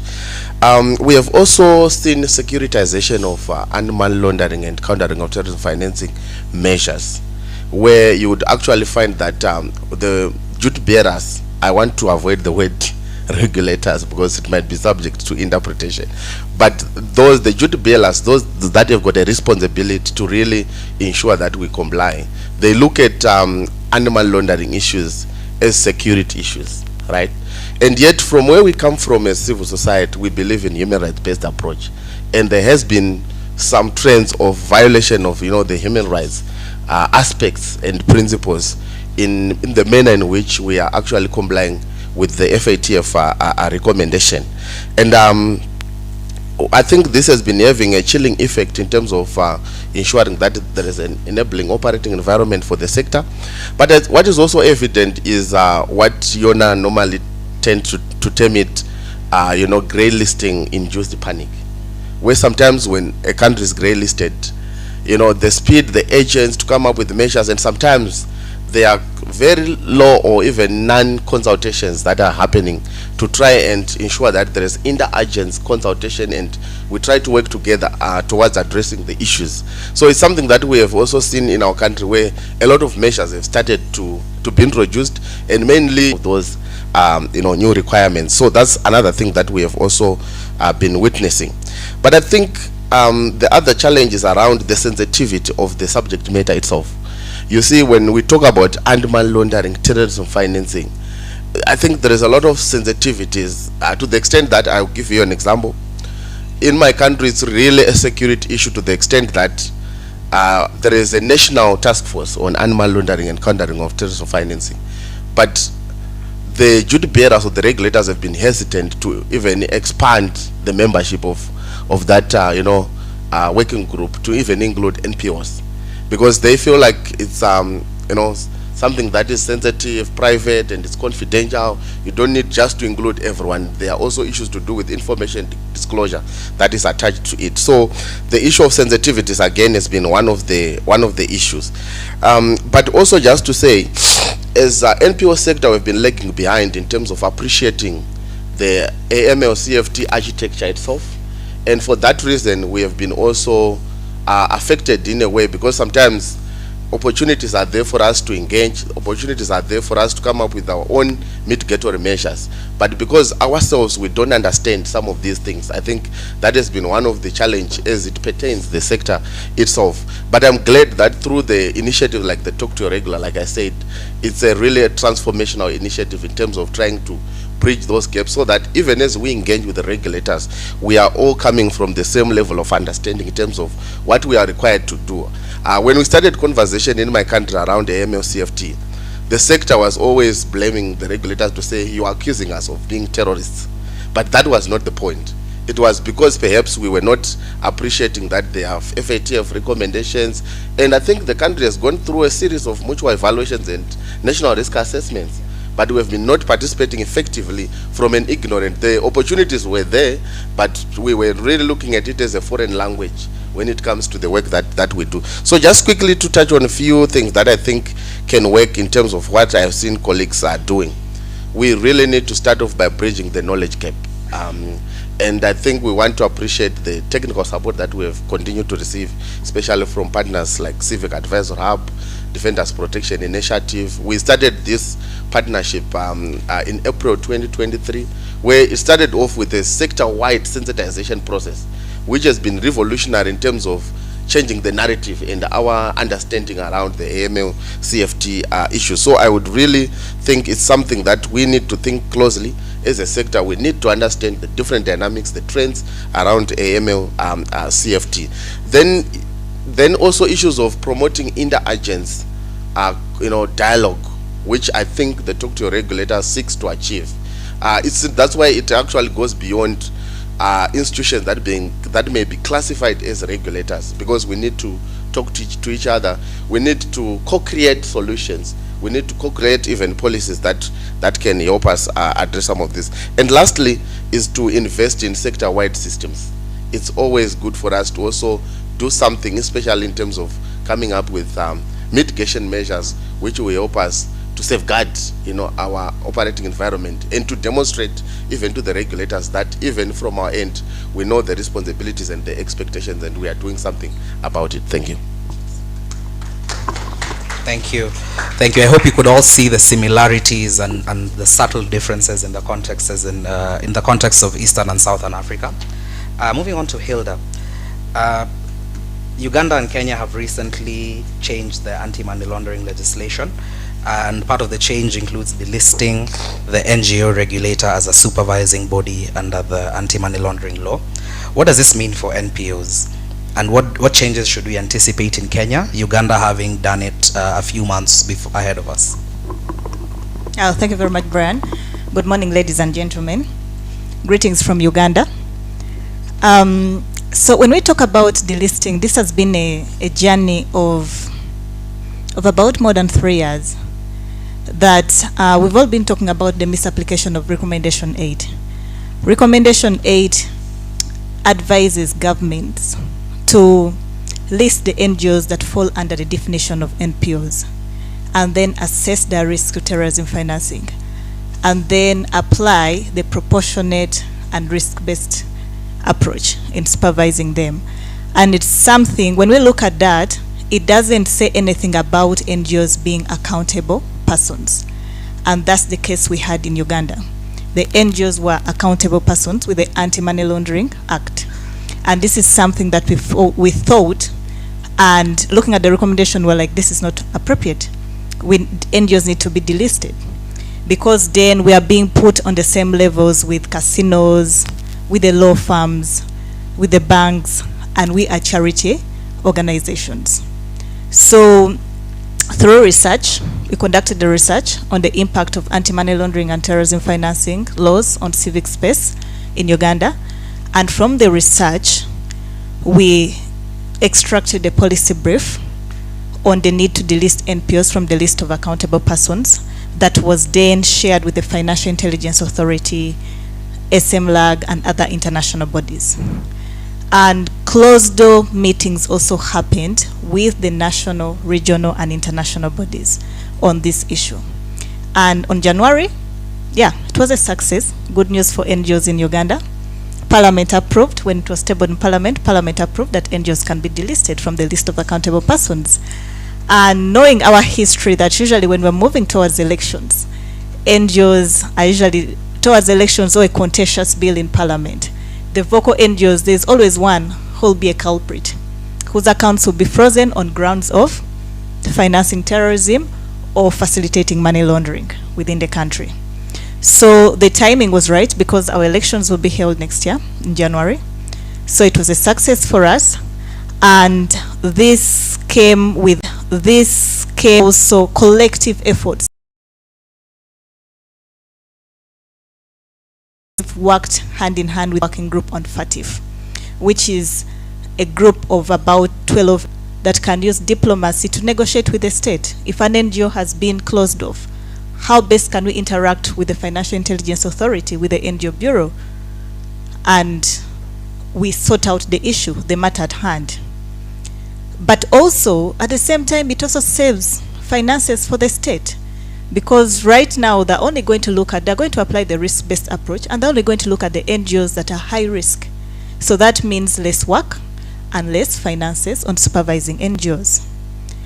And that also means that as NGOs, we look at our internal structures, our internal policies on handling money laundering and terrorism financing, so that we are not culprits. So the mere fact that we've been delisted, the mere fact that we are off the grey list, we've talked about Kenya being back on the grey list for the second time. Uganda will be undergoing the mutual evaluation, I think, in 2027 or 2028. So how best can we protect this sector? And we are not the sector that pulls back the country onto the FATIF grey list. About the Kenya, the amendment of the law in Kenya. I know Kenya now is also on that road. They want to get off the grey list, and we understand. In Uganda, we implemented, there's a time in Parliament they tabled like 6 laws at once without consultation, but because we needed to get off the grey list. And it impacted us badly. For example, when we talk about beneficial ownership, this was something that was amended with the Companies Act. This was something that was immediately implemented, and then the banks started requesting for beneficial owners from every NGO, or else they freeze your account, or you don't open a bank account. The regulators themselves also some of them didn't know how to go about the law. Who are the beneficial owners? Who do we put on this list? The NGOs themselves also were stuck. But at the same time, we need to provide a list to the bank for the continuity of work. Because we know very well, recommendation 8 also matches the NGOs that fall under that definition. A risk-based approach must be applied and do not disrupt the work of legitimate NGOs. And here, the work was being disrupted. Work has to come to a standstill because of some of these laws that are implemented. So I understand what Kenya is going through. And reading bits of the law from the internet, what has been amended, I get a feeling that the NGO sector is going to get more scrutiny moving forward. What does that looks like? In Africa, usually our challenges are interconnected. It's bits of borrowing from other countries, what other countries have done. You might go through them. We will get NGOs' banks account being frozen, allegations like before. And then there's bit of, yes, the law talks about improved transparency on funding. What does that mean like? Some of these block things, the block sentences put in these policies and law can easily be misapplied and misinterpreted, and it can apply when it suits the other person. So what does that mean? So that's where we are. But also, we've talked about the knowledge gap. We appreciate the laws of AML and CFT, and as members of the civil society, we need to bridge the knowledge gap within Kenya. That's what That's what means for NPOs in Kenya. We need to, just like Uganda, strengthen our internal systems, get to do more due diligence. How well do we know our donors? How well do we know where this funding is coming from? How well do we know the origin of this money? How well do we know the people that are sanctioned? Are we getting money from them? And in the new law of Kenya, there's that element of sanctioning NGOs that do not follow some of these things. So that's the risk that NGOs face. So for us not to get on the risk of being sanctioned and pausing our work, I think we need to work as a collective. We need to create more awareness, create simple information on AML and CFT, on the new law, and then also talk to our regulators. How best can we connect with PBRO, because it's going to be the oversight body. The law mandates it to be the oversight board on monitoring NGOs. At least it's not Financial Intelligence Authority like Uganda was. We had to report to Financial Intelligence Authority as well as report to the NGO Bureau. So how well are we communicating with the PBO? I've heard the police agencies saying they're not regulators, but they are regulators, much as the enforcers, they are regulators. How best are we communicating? How best are we talking to them so that we sort out some of these issues? Thank you very much. Thank you so much. As you can see, I have a wonderful panel that's very informed and that really speaks to some of the issues that are on the forefront of the agenda of the working group. And also for additional information, and as we try to close the knowledge gap, there's a handout in front of your desk that explains some of the objectives of the working group. And this includes really to push for some of this conversation and to take strategic and very swift action to prevent from this policy panic that sometimes comes with countries being grey listed. So we appreciate that very much, and we've heard about some of what have been the negative consequences in different countries. And as we move to Irene shortly, I'll note that there have also been quite a few positive developments in the last few years, especially in our sector. And some of these include the PBO Act that was operationalized, as well as some of the amendments in the anti-money laundering law, and different changes in the sector that I know GIZ has been a part of, including the sectoral assessment. Reflecting on some of these developments, some of these positive developments, what do you think are some of the key gaps that regulators and financial will be there? Once we are out, we tuck our boots and say, okay, we are done. Yeah, I think for the first time, I can't consciously remember the 2011 grey listing. And for capacity gap, I look at it from both the regulator and the regulatees. So for the regulators, yeah, we need to know even who is under our purview. I keep DG here on who is really under the purview of the PBRA. Yeah? We need to know who are we regulating for us to say, yes, we are effectively touching all the corners of the people that we need to regulate or the people that we need to supervise. You regulating institution A from institution B. So that capacity knowledge, capacity has a big gap that needs to be bridged both at to be able to know what to put in place.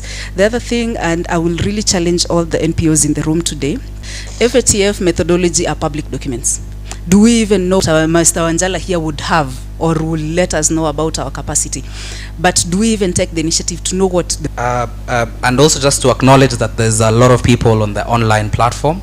Thank you for joining us, every founder of the NPO working group as well. What do you think? The regular engagement with regulators, between regulators and NPOs, becomes quite important and essential to dismantle the mistrust and build confidence, to really respond to some of the issues that the speakers today have addressed. What would you say, what efforts have you taken to ensure continuous engagement with regulators in the past? And what are some of the milestones that you think NPOs have had in some of this engagement that can help in addressing AML CFT issues? Yeah, thank you very much. As people have been fronting the sensitization and socialization of the Financial Action Task Force and its processes, we have, particularly from 2020, when we initiated the process of what we were calling then National NPOs working group on FATF, we did a lot of outreach with a lot of support from the Fund for Global Human Rights.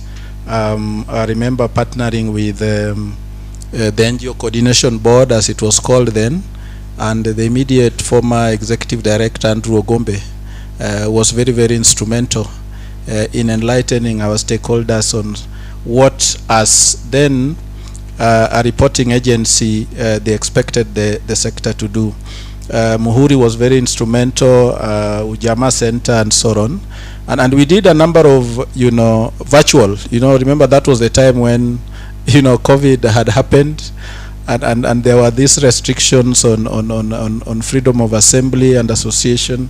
But we were still able to organize a number of virtual sessions, of course with the challenges that come with the virtual vikao. We could see some of our participants, preparing their lunches as they also listened to the conversations that happened.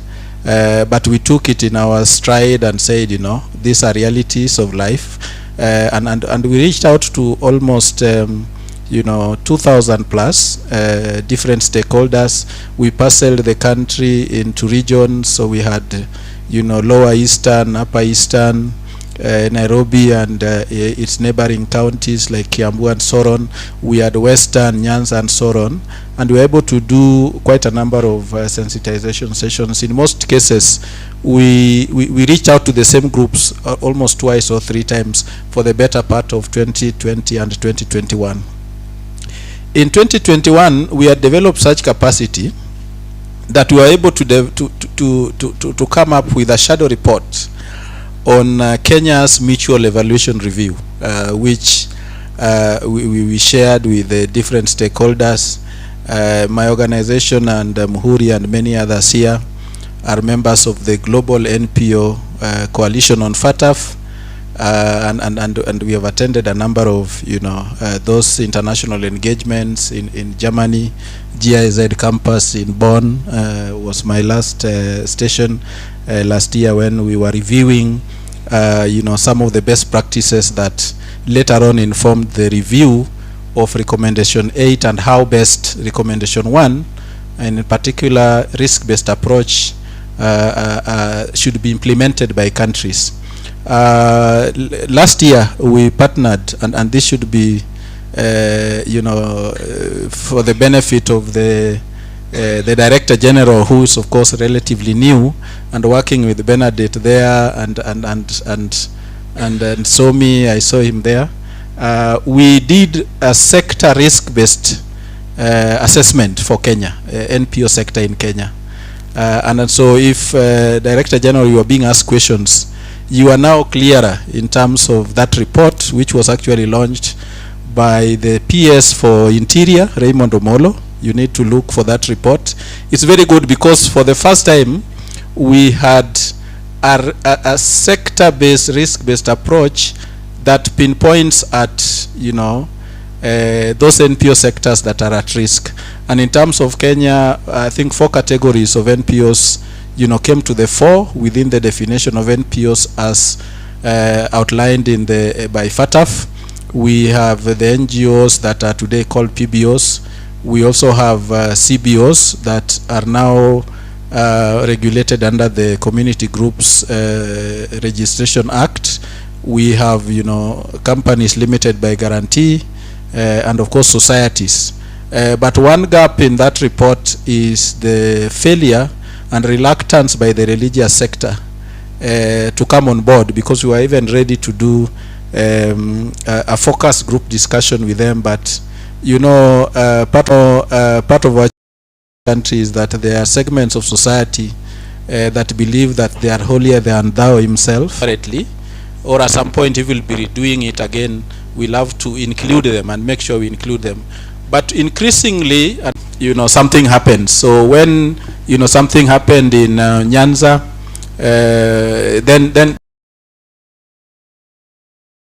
sector. So there is a way in which populism is undermining efforts to get Kenya back out of the grey list, and politicians need to get this message very clearly. Yes, we know, Kenya is predominantly Christian, but we cannot continue to treat such a critical sector with velvet gloves at a time when they're enough and stamp our feet and look, we must, get this sector in order. And I'm seeing the same, of course, spreading. Back to your question, I think one of the risk assessment for the sector, and I remember our colleague from Southern Laundering and Finance kept some people off. Some people never, they would tell you, they told our interviewers, don't call me again, because they think you are investigating them. And I think this stems from the fact that as a country, we have over-sensitized, over-romanticized, and over-securitized this discussion to a point where people are scared. And of course, we know what governments do, especially whenever there's a terrorism act, the tendency to overreact, to be seen to be doing something that ends up, deviating from the path that has been set out by under recommendation 8 and recommendation 1 of those 40 FATF recommendations. So I think those are the milestones that we have been able to achieve. We were able actually at that time in those conversations occasionally to get, I've already pointed out to the immediate former deputy director at the NGO coordination board as it was then, being part of us, we were able to get, the financial reporting center people coming on board. Some of them were a bit hesitant to sit with us in the same room, but they participated virtually, and I think that for me, moving forward, was the beginning of this conversation that we are carrying forward today. Thank you so much for that.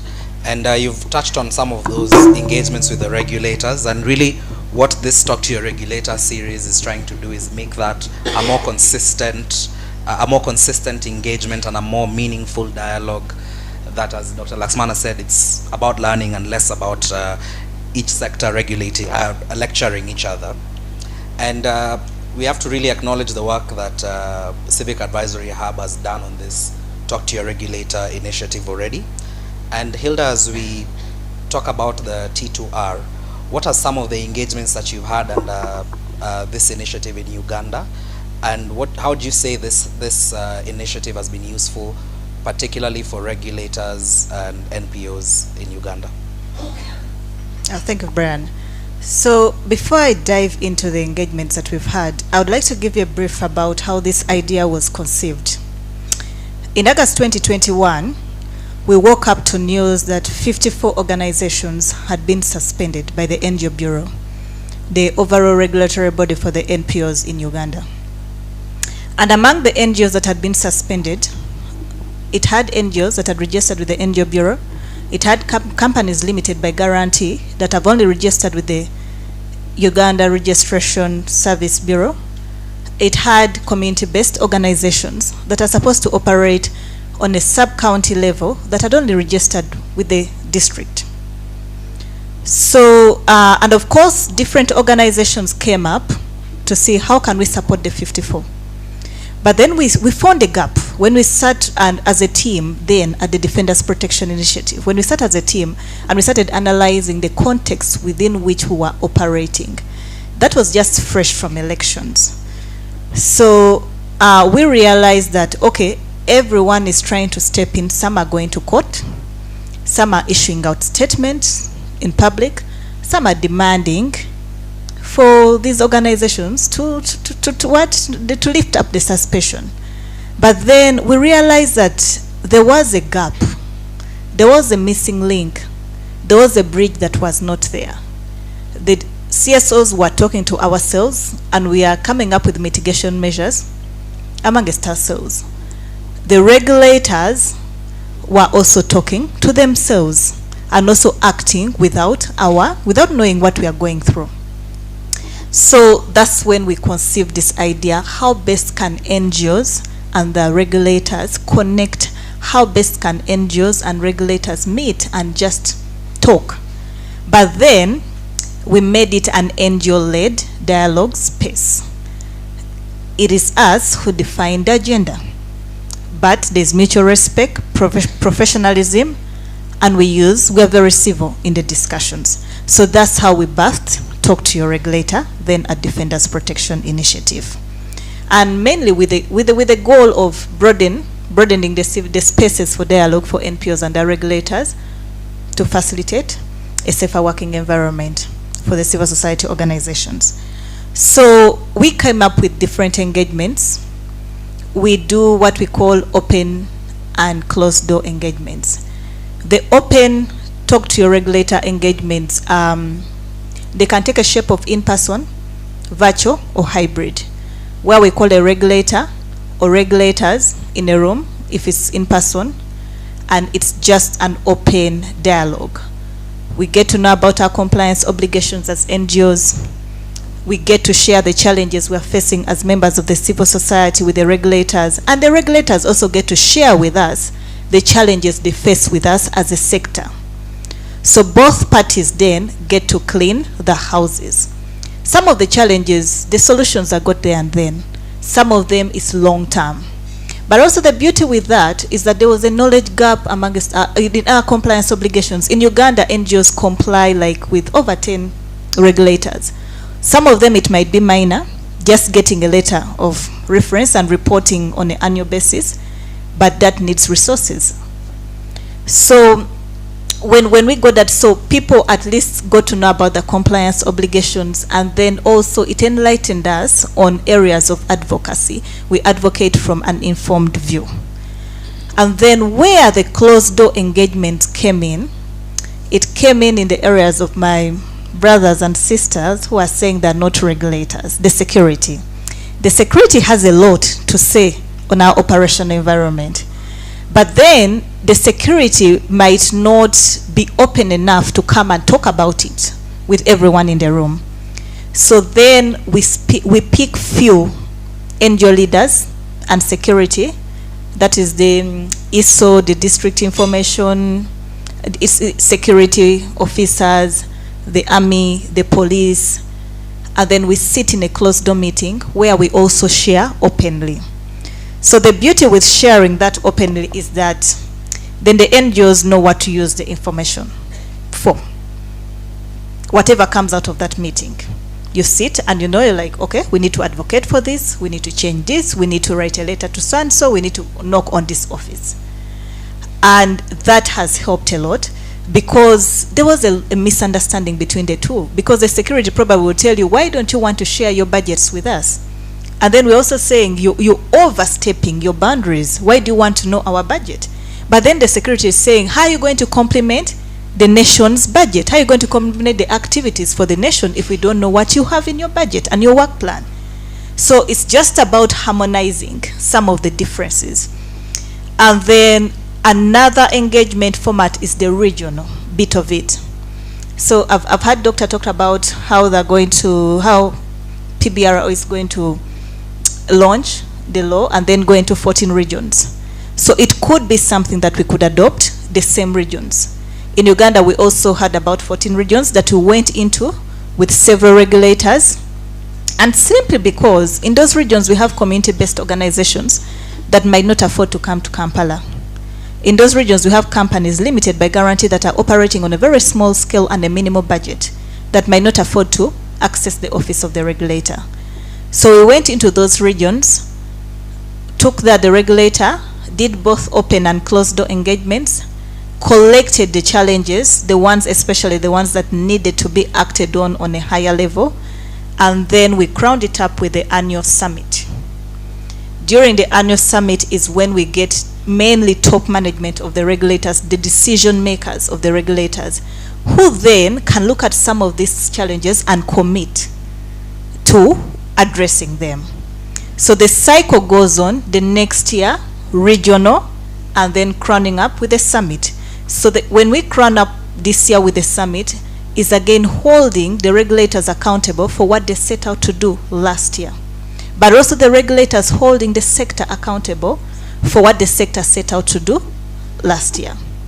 So another arm is getting NGOs and service providers. Which service providers am I talking about? They're not necessarily our regulators. The institutions of public chartered accountants, these are people who have all the list of qualified auditors. And it's mandatory for all NGOs to have their books audited by a qualified, a listed auditor. And it's only that institution that knows the listed auditors. So how best can we have these conversations with them of the funds that are in the market that are coming to pose as auditors and auditing books, and then tomorrow you have fake accounts and the donor can't give you grants. So we looked, and we're also looking into having talk to your donor, because we realize that mismatch. You know, most of our donors are in the global north, and the context in Africa, in the global south, is totally different. So we are getting to look at how can we talk to our donors and also come up with synergies together. Yeah, so that's the different engagements that we took. Fantastic, thank you. And from this, you can start to anticipate the kind of conversations that we'll be having under the Talk to Your Regulator initiatives. So PIBORA, regulators, NPOs in the room, please anticipate that we'll be knocking on your doors in a couple of years. And the goal is to have a very coordinated response to some of these issues. That's not just a response, but it also anticipates some of the issues that will be there. It's more future looking, more futuristic. But before that, I'm to break the program slide. Do prepare your questions at the time. Thank you. Officials, good morning. My name is Bernadette Nzomo. My notice has been very short. I was part of a team, tourism financing risk assessment, which we started sometime in November 20. And how we actually envisaged to do the work was to work with the civil society, leading the data collection from the civil society frontier, and then the government side, we were coordinating to get the data from the law enforcement and the other regulators, we call them supervisors. So in a nutshell, what the first step was, first of all, to identify the FATF style non-profit organization, raising and moving funds and things like that. So when you got the definition, is then the time we deployed the questionnaires to assess whether there has been a typology or there has been a case of misuse for tourism financing in Kenya. And we identified 8 risk factors based on what the non-profit organization gave feedback on and based on the data that was there with the government agencies. And that was part 1 of the exercise, and then we went to part 2 of the exercise, where we were now reviewing the laws within the different registration regime and now checking on the mitigative measures and seeing the adequacy of measures, and now coming up with the residual risk. The first step was to come up with the inherent risk as is, based on the threat that we face in Kenya. And when you look at it, technically for non-profit organization, we oversight and monitor for tourism financing, just because of how tourism financing operates and how it manifests. The idea is, how do they raise money, how do they move money, and how is money stored? And when you look at money laundering, you find the idea is to disguise the source of proceeds, and it is purely criminal. And when you look at the non-profit organization outfit and the business outfit, you find as an oversight, really, you will actually be on the lookout to sensitize the sector and to monitor the sector and to oversight the sector for misuse of tourism financing.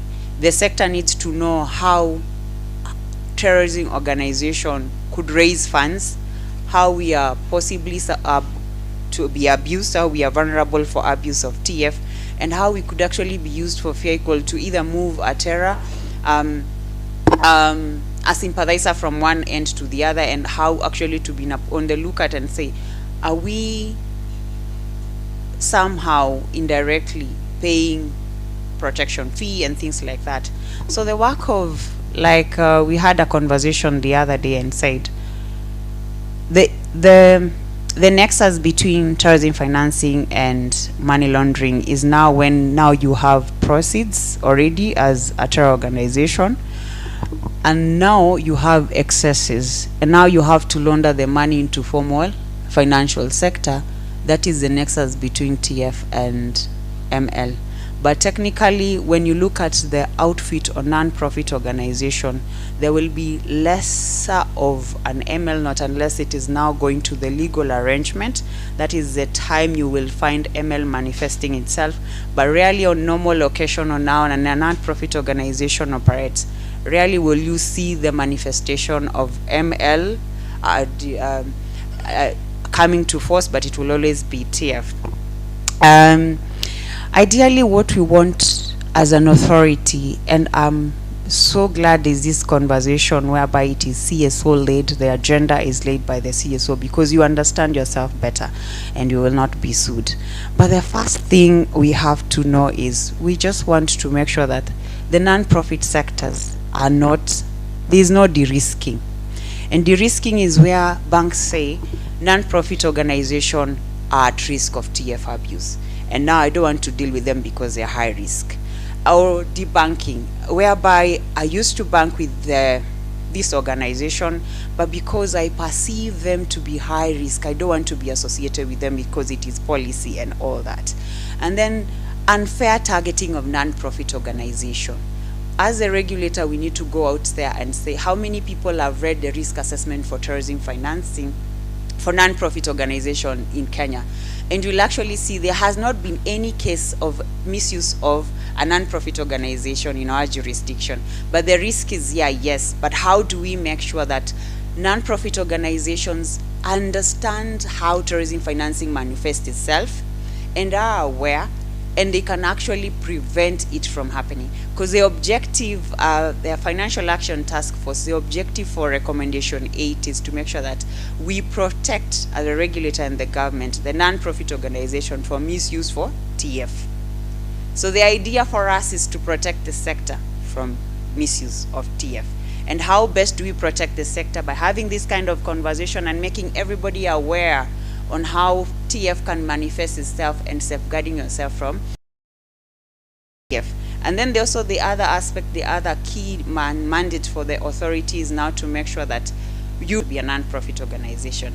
And then the essence for you now to just openly share what programs do you have, what is your budget like, and things like that. And then remember, terrorism financing is not about the amounts of money. Even 10 bob or moving you closer to the conflict zone, I have already supported. So terrorism financing is not about the amounts of money being moved. It's a web, it's a connectivity, and all what the law enforcement and the regulator ought to do is first of all disrupt and deter. That's the bottom line. And then the essence now for us, and I mentioned, when you look at it, the watchdog for ML definitely, because the idea is to disguise my proceeds and put it in the formal financial system to disguise it at proper proceeds. So the watchdog will also be the financial sector and the banks for ML. The watchdog as well for terrorism financing, because it is the intent. Who is better placed to be the watchdog for terrorism financing? It will always be the law enforcement.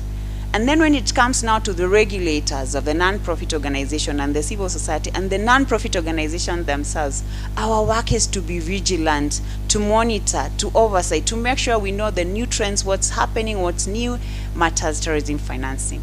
I hope I'm still on time. My time is up. So I really appreciate this conversation, and I think we'll have more of these conversations, and then we discuss in depth how we can actually detect, how we can be aware, alert, and try and make sure that bottom line we are disrupting. And the next thing that you're going to do as the authority is to make sure that we carry out a targeted risk-based outreach program, such that we have a targeted material based on the risk profile of the particular non-profit organization. There are some information which are not relevant to some certain organization, and some information that you may need to have in-depth understanding of exactly when I say we are the terror organized group can raise money through this and this XYZ, and they can move the money this way, and as well they can store the money in this way, such that it will be very targeted and it is non-disruptive. I think in a part of our proposal or concept, we had said that the risk-based will be proportionate, risk-based, and non-disruptive measures.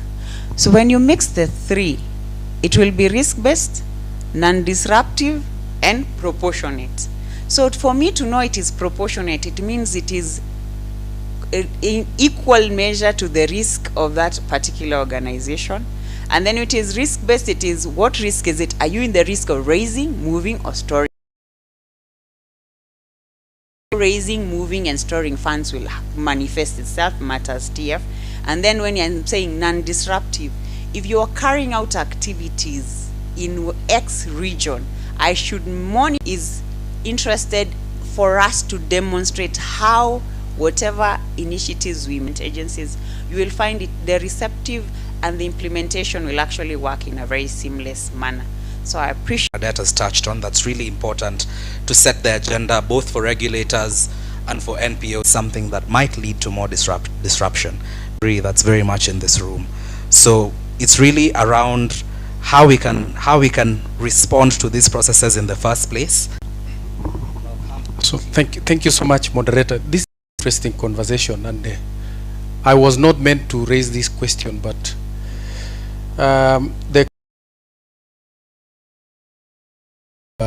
our authority was very interesting in its nature and is the reality. Suspicion, the roots, and how do we coexist. So the reality is, Kenya is a democratic and libertarian society. And us as CSOs, that is what we care most because of where we've come from. For the last 60 years, there's been efforts to consolidate that culminated into our 2010 constitution. And we would not want to have any room for, let's say, dictatorship or authoritarianism. So this conversation also can lead to the sector being clamped down with an excuse of this is an avenue of money laundering. I can see Ford Foundation is here. And during the Gen Z uprising last year, this is an institution that was mentioned, and 16 of our colleagues were also mentioned and flagged out to be the agents of people who are funding that particular, which was actually misinformation. And there is a fact to do that. And I think this can also lead to a hard conversation, that this conversation should not instill fear. I agree with our friend from Uganda, Madam Hilda, that awareness creation in nature, capacity building, dialogue, the conversation be owned by the NPOs themselves as opposed to having an external motivator of this conversation. Because again, if we challenge ourselves in this room, that how many Kenyans even understand this thing? We don't. I mean, unless now you explain in these simple terms that there's, in fact, a DG, I gave an example of the printer and the organization, which I think you give me an example when I had even problems in understanding this when we were having a conversation with you, that I realized that I could also be an agent of money laundering without knowing. So you can imagine that. That made me have interest in this particular conversation. But again, when I look at my structures where I am and all that policies that we have internally, I say, no, that's not what we are doing. So you see, you approach it from suspicion that why is someone telling me or labeling me to be an agent of money laundering and all these particular things. So allow me conclude by asking the authority that with this implementation of the Public Benefits Authority Act, Organizations Authority Act 2013, there is a timely conversation that is beginning. And self-regulation is a cornerstone of that act.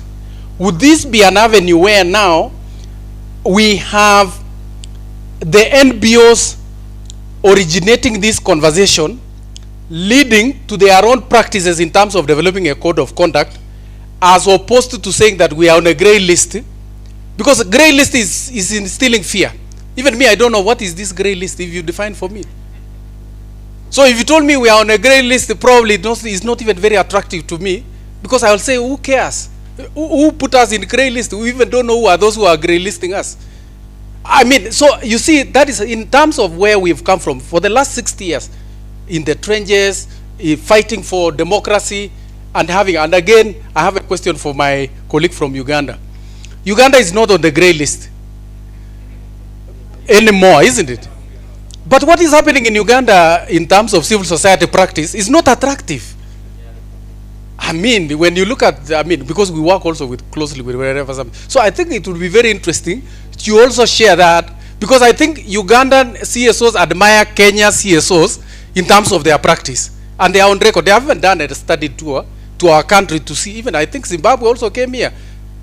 Even Zambia CSOs also came here. And of course, DG, you must be happy that you are a leading example in the region. But again, we are not like, we are bad as such to be synonymous with the grey list. Thank you very much.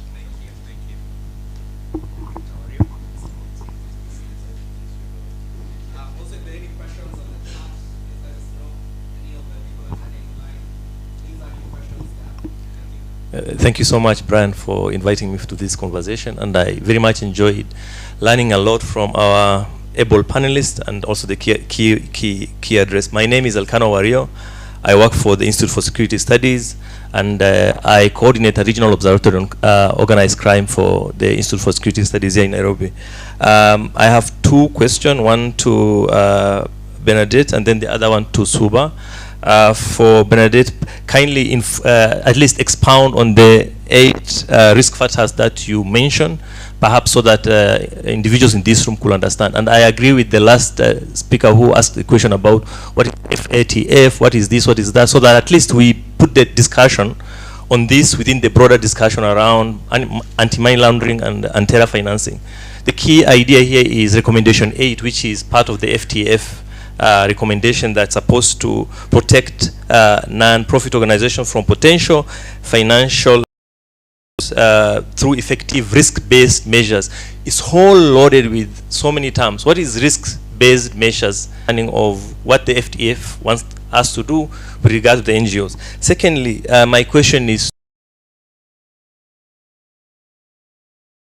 our new amendment act that has been passed very recently, which is part of addressing the MER report.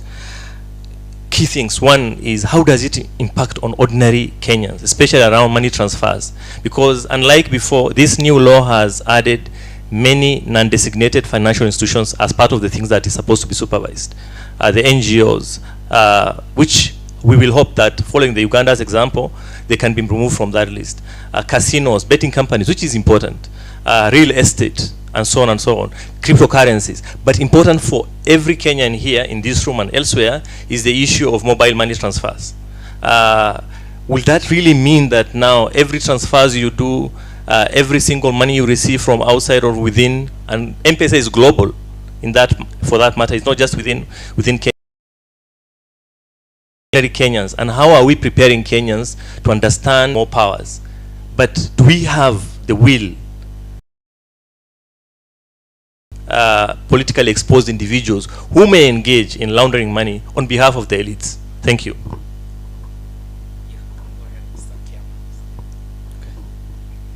Thank you very much. Oh, okay, sir. My name is Peter Kiama, working with the Haki Yetu organization in Mombasa. I'm a student this morning. I came in knowing almost nothing about this conversation, but I've learned a lot in the last few hours, and I thank the team that is leading us, Muhuri and others, in this conversation. My question is to Bernadette, having done that study, maybe to speak to us about your experience around the interplay between the Prevention of Terrorism Act and this countering terrorism discussion we're having, because I know that before 2013, before Westgate terrorism attack, we had a lot of contestation between the state and civil society in terms of developing a new law against terrorism. But I think at 2013, the government moved very fast to put the law in place, and there was a lot of public goodwill because of the experience of Westgate.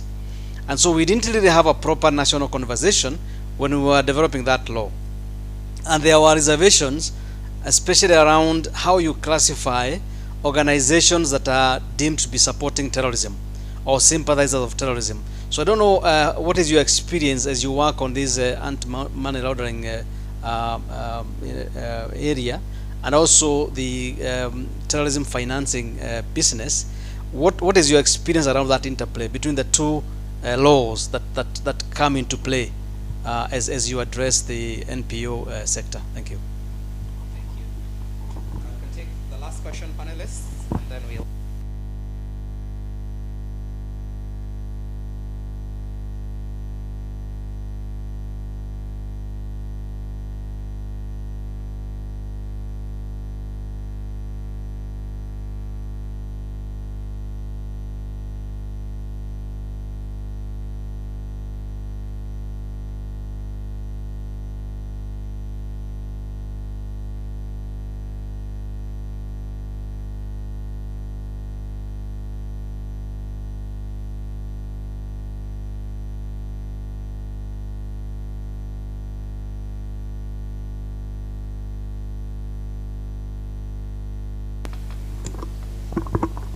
Check.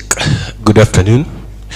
My name is Clinton of Ochieng from K24 TV. Just last week, the head of NIS came out clearly in front of the cameras and said, on the issue of terrorism, we don't have enough weapons to fight and protect our borders, right? Now, today, the regulators are coming here and telling us that we are on the grey list within the Eastern Africa. We were on the grey list. We are almost on the black list, which puts us in this state, damaged reputation and poor trust from investors, right? When are you guys, as the regulators, will come and call the media and say, these are the solutions that are in place? These are the initiatives that we have put in place to stop money laundering in this country, instead of all the time just telling us all the problems that we have, instead of providing the solutions.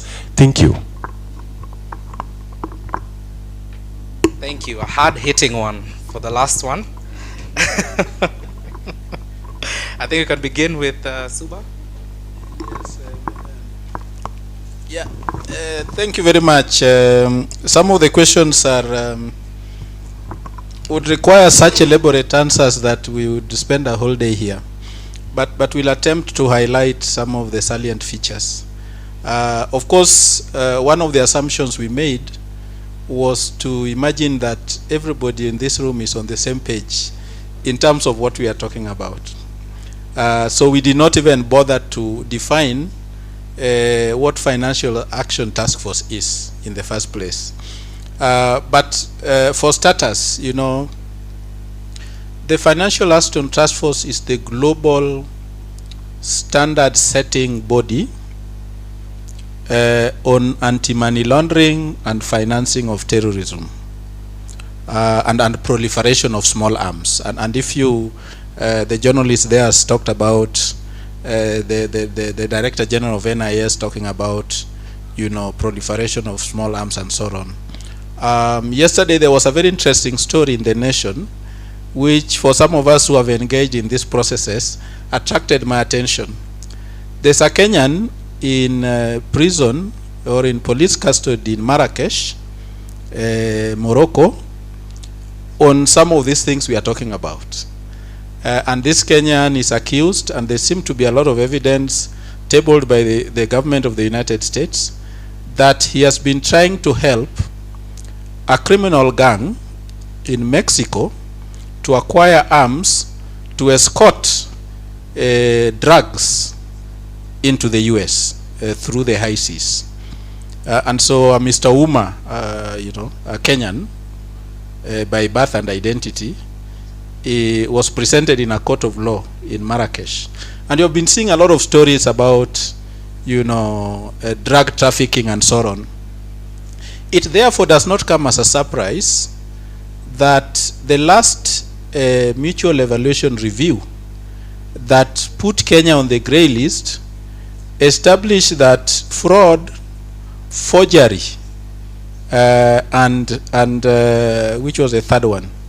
It was fraud, forgery, and drug trafficking were the main drivers of money laundering and illicit financial flows.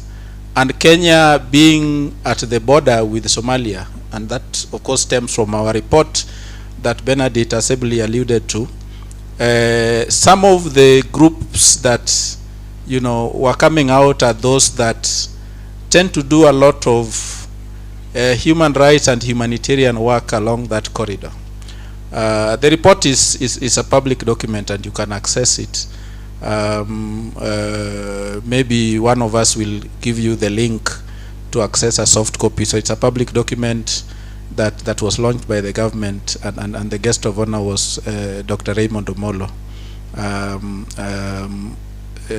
late last year. And so those standards are then not directly implemented by FATF itself, because FATF is global. So they are FATF like regional bodies.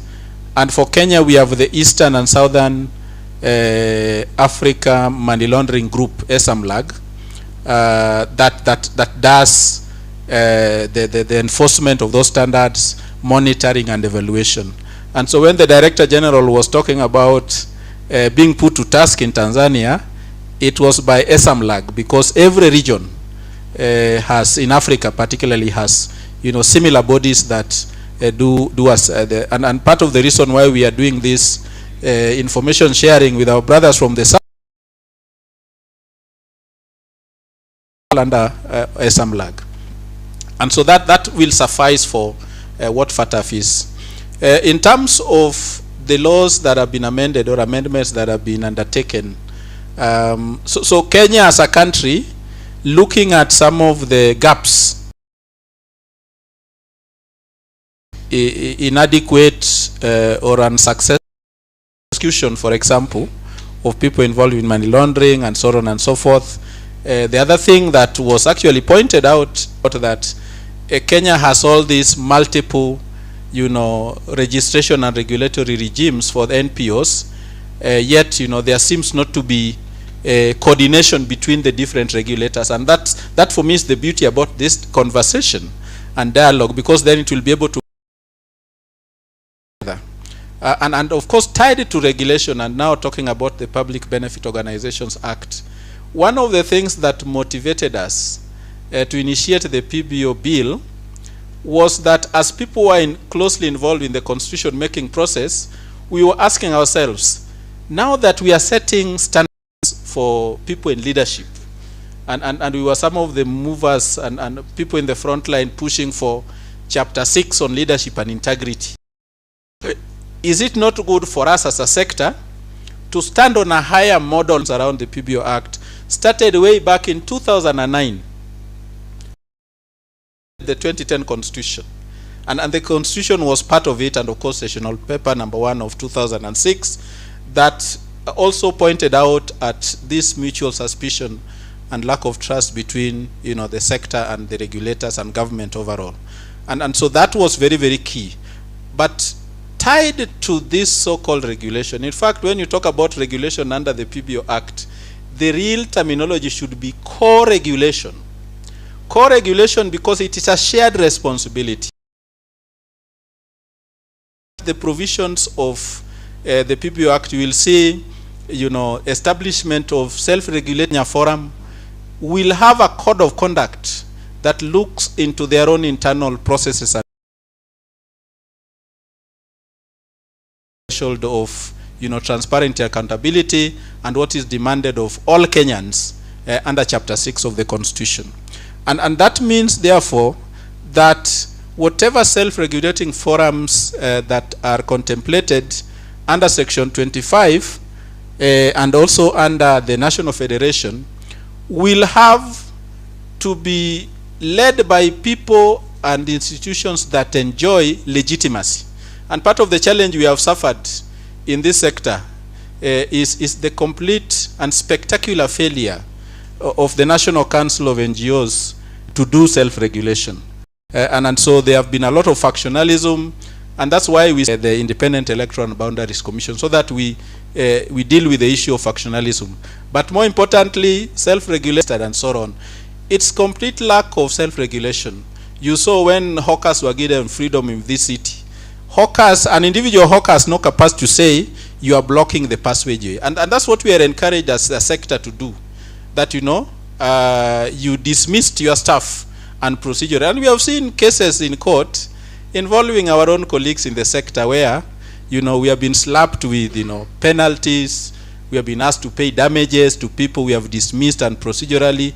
So even as we celebrate the commencement of the PBO Act, we must, as the Director General said, be ready and bold enough to be to create peerage mechanisms that enables us to, you know, point fingers of accusation at each other before the overall regulator comes in, and that was, you know, the gist of it. But more importantly, we must this time around get the National Federation of PBOs right, because my worry, and I've seen signs of it, there are people out there who think it is going to be business as usual. And they are doing all manner of shenanigans, trying to... Yet we know that there are some of those who even delayed the commencement of this law. They were never interested. And one tragedy we have suffered as a country over the years is to entrust processes in the hands of people who never believed in it, right from independence. We have this inability as a country and as a people to entrust processes with people who believe in it, and I'm seeing the same, you know, tragedy befalling, you know, the National Federation of PBOs. But back to your question, and I think I don't know whether I've answered all of them, but yes, the country is moving forward in terms of trying to get itself out of the grey list. In terms of political will, you know, that's where the trouble is. As a country, if no matter what we do, you know, engage in the talk to your regulator, as long as we do not hold politicians to account on monies they use to campaign, this money laundering business will never come to an end. And we have made efforts, and I know Transparency International has been leading us in this regard. As long as we allow politicians to raise monies in the manners they best know how, money laundering will never stop. And you see laundering. You don't need, you know, to be, you don't need to, and so everywhere in Kenya is an evidence of money laundering. And that's where to fix campaign financing and cap it so that we hold those that, you know, get into politics to account have not borne fruit, and that is part of the challenge we face. And because those politicians are funded through dubious means, through money laundering, they will always be hesitant to put in place mechanisms that, close those taps of monies that they get. And so you see these challenges of reluctance to regulate the religious sector, for example. You see this to prosecute, which is one of the reasons that Kenya is on the grey list, and so on and so forth. So we are caught in a vicious cycle where and end with the political will, then much of these efforts will not, in my view, bear. Hilda, you can take the question from Joshua and then Okay, I don't know how to respond to this. Uganda, I'll start with, so we are in the process of saving funding. And in the process of saving money, NGO Bureau, that was an independent body that was set up to give clear oversight over NGOs, as for one of the political commitments that we made when we were on the grey list, was taken back to the Ministry of Internal Affairs, which is a military ministry. So that came after Uganda was already. What that has during the mutual evaluation, probably by the time we get to mutual evaluation, we'll have gotten back NGO Bureau back as a semi-autonomous body. We don't know about that. But that is one step backwards, and I get to realize why NGOs are coming to benchmark and see what you're doing, because we took a step backwards. But also we have elements of securitization of different NGOs, especially the ones that speak truth to power. That's a challenge that we've had for a very long time as a sector with the state.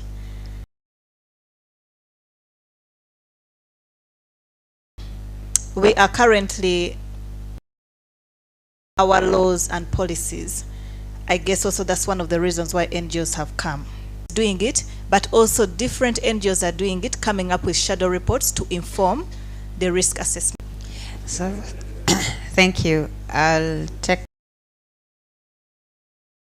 risk factors. And before I expound on the 8 risks to the aspect of the threat, what is a terrorism faced by Kenya? You look in terms of the jurisdiction. And we've had incidences of terror attacks within the nation. So those comprises the risk factors that the threat can exploit. And if the threat exploits the vulnerability, sector-specific non-profit organizations, then the risks. And then that is when we come up with the risk factors that actually make the non-profit organization vulnerable for abuse of TF.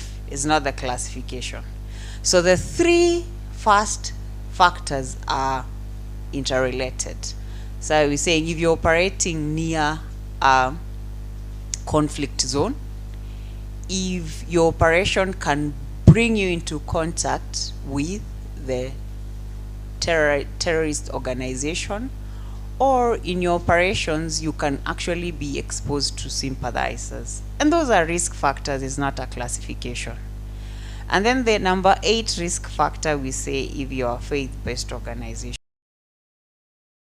The other factors you'll find it's in terms of if a non-profit organization does not have the capacity to actually go and say, I gave out this amount of money to XY group, but I do not have the means to verify the use of the money. That could be one risk factor.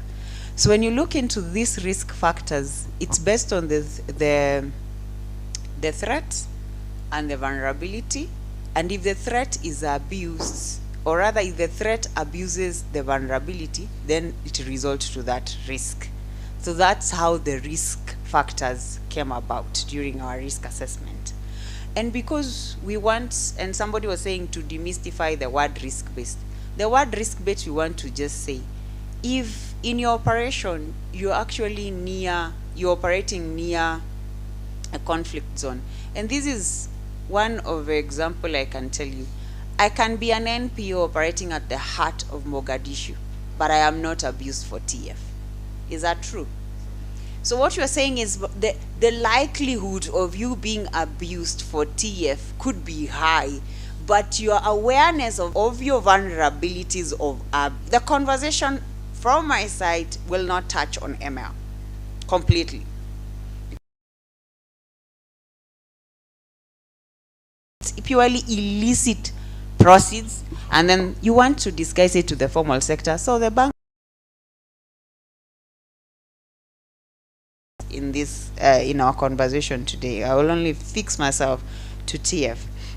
And then I remember a terror attack will not happen without money.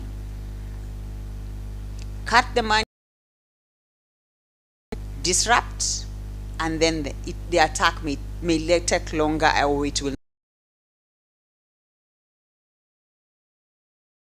Was it Friday? And we said the criminals have to get it right, but all of you have to have the sensitivity. You have to be right all the time.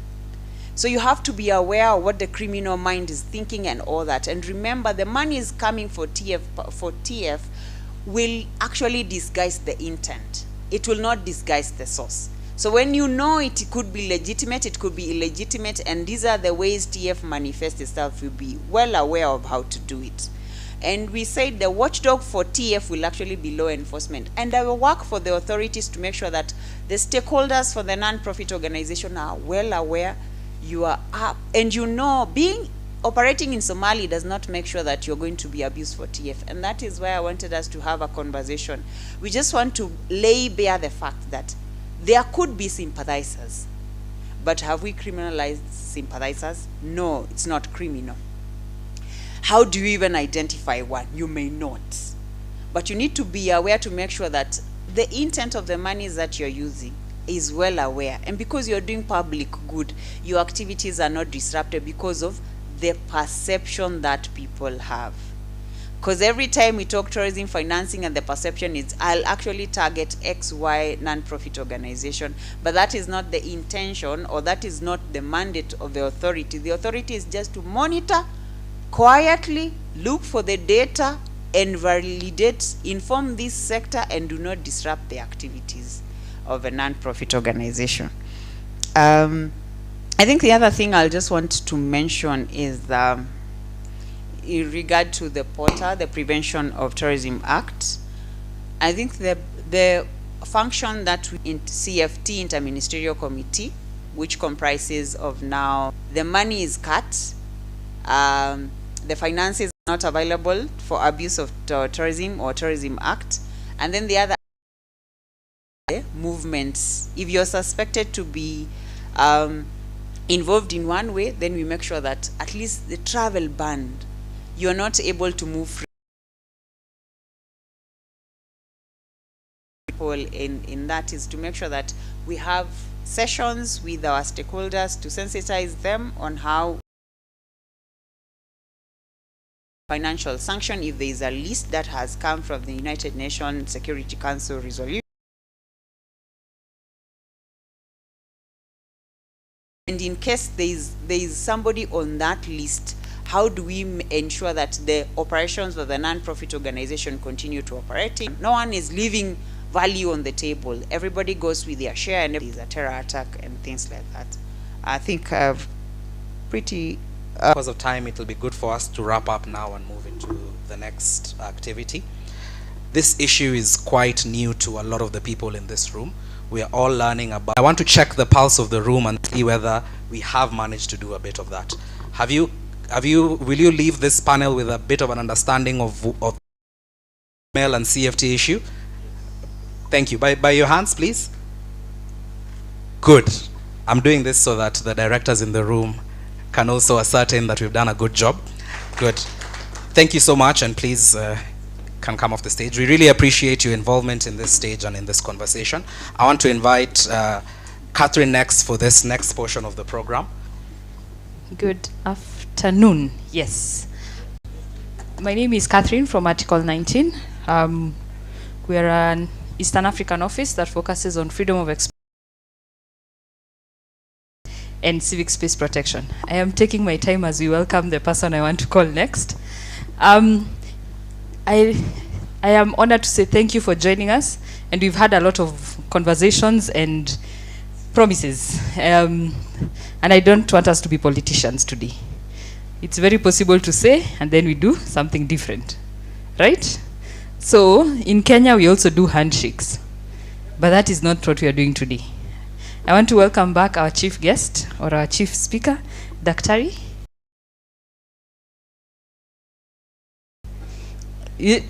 On this public forum that has no what we are recommending, because we believe in dialogue, we believe in discussion, and talking to each other helps us. And so, Daktari, I need you to confirm if you're willing. Let's be legal. Are you willing, ready, able? Yeah, but before I put my signature, you know, I've got to give you a rider. But first of all, is to appreciate what we're doing here. And see, at least Joshua confirmed today that sometimes civil societies think they know everything. But at least today, I know Joshua did know FATF and some other people, you know. And I'll tell you, when we went to the face-to-face meeting in Dar es Salaam, and we had the Law Society of Kenya people together with ISPAC, you know, when we talk about the FATF, the framework, there are very many people, the sectors, and it is not only you, so don't get scared that we are being plummed, you know. At least someone talked about the casinos. And when we are talking about movement of money, so it's not only us who were there. Central Bank were there, the banks were there, ISPAC members were there, LSK were there, FRC, Treasury, all of us. You now realize that it's a bigger group. Actually, the Kenyan group, we are 45 in number, and very many other people, you know. And so for sake of information, you can go into the website and get to understand about the FATF, the global, as Churchill said. It's a global financial group that we are saying. We've got to understand the movement of funds and all that. Joshua didn't say clearly when we are talking about, when we were discussing about someone who had a photocopier, and he was just told, do you want a business? Yes. Your work will be to be photocopying a lot of papers. And you know, the guy said, why not? It's okay, I'm fine. Bring the business, bring the money. Then he kept on. Later on, when the law to understand, kumbe this person was trying to use him as a conduit for other things, you know, cleaning the money in a photocopier farm. The guy is innocent, but he was doing a genuine business. Even as, I like what Churchill said, that some donors will come up with a condition for you to say, tell us where you are taking the money to and why and all that. But some will not. And I said last week in the course of when we were with the SDGs and in the media breakfast, do not be in a hurry to accept money. You've been told, just apply for this money. Kuna pesa iko hapa. We need to go back to that English saying, proverb that's saying, when the deal is too good, think twice. Several Kenyans are getting themselves in problems in other countries. You remember the other case when very many people were talking about rescuing that lady in which country was that? Yeah. And when you dig back and then you go, you will hear there were some very other funny stories behind it. Just do this once. Where utaomoka bwana. That's the term we say in Kenya.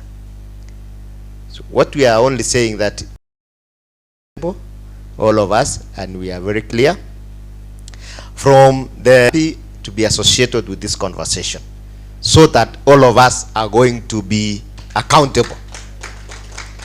Yeah. You don't have to worry if you're doing the right thing. But if you are doing the wrong thing, definitely we will work on you. That one will not will not want to sugarcoat or negotiate. Because once it comes to issue of terrorism, all of us will be affected, isn't it? Gone are the days when we used to say it's only when you see someone in a council, that one is a terrorist. When the other day we were talking about Algiva, Buire and the rest, even Joshua knows in our place, Kalenjin land, there are boys who got lost and we do not know where they are. Currently, actually, I know of a young man who used to study drones, a very brilliant young guy from Kalenjin land. Actually, we do not know where he is at the moment, but he's not dead and he's not in Kenya, but we do not know where he is. And he's a very smart, brilliant guy. You get what I'm talking about? So we are required, our sector, immediate outcome 10-11 requires us, as Benedict has said, to develop a framework, and then we carry out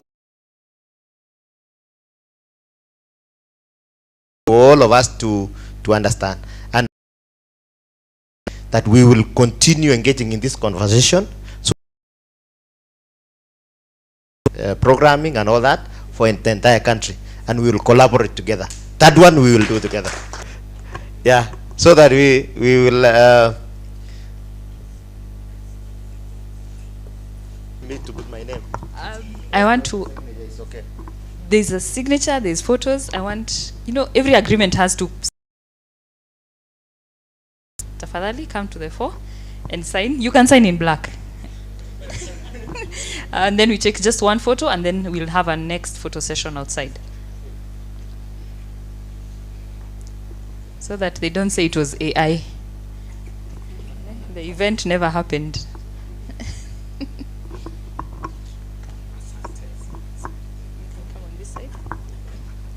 We stand for a minute, we take that signature photo.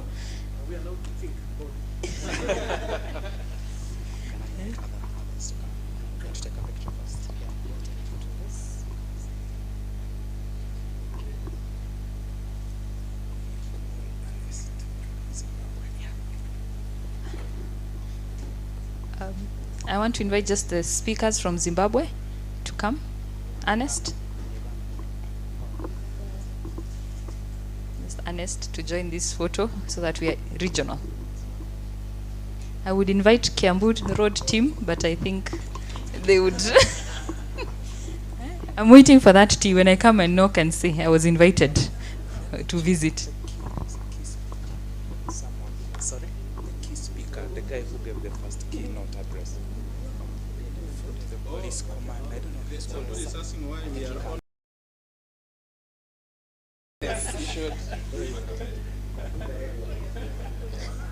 So the red are for one and the black are for. So we'll take one photo. Then we'll proceed. Just the same team outside. There's a better background for us to take a group photo, tafadhali. So one photo for the team that's here, and then the rest of us will join. So gentlemen and lady, please proceed. Okado will direct you.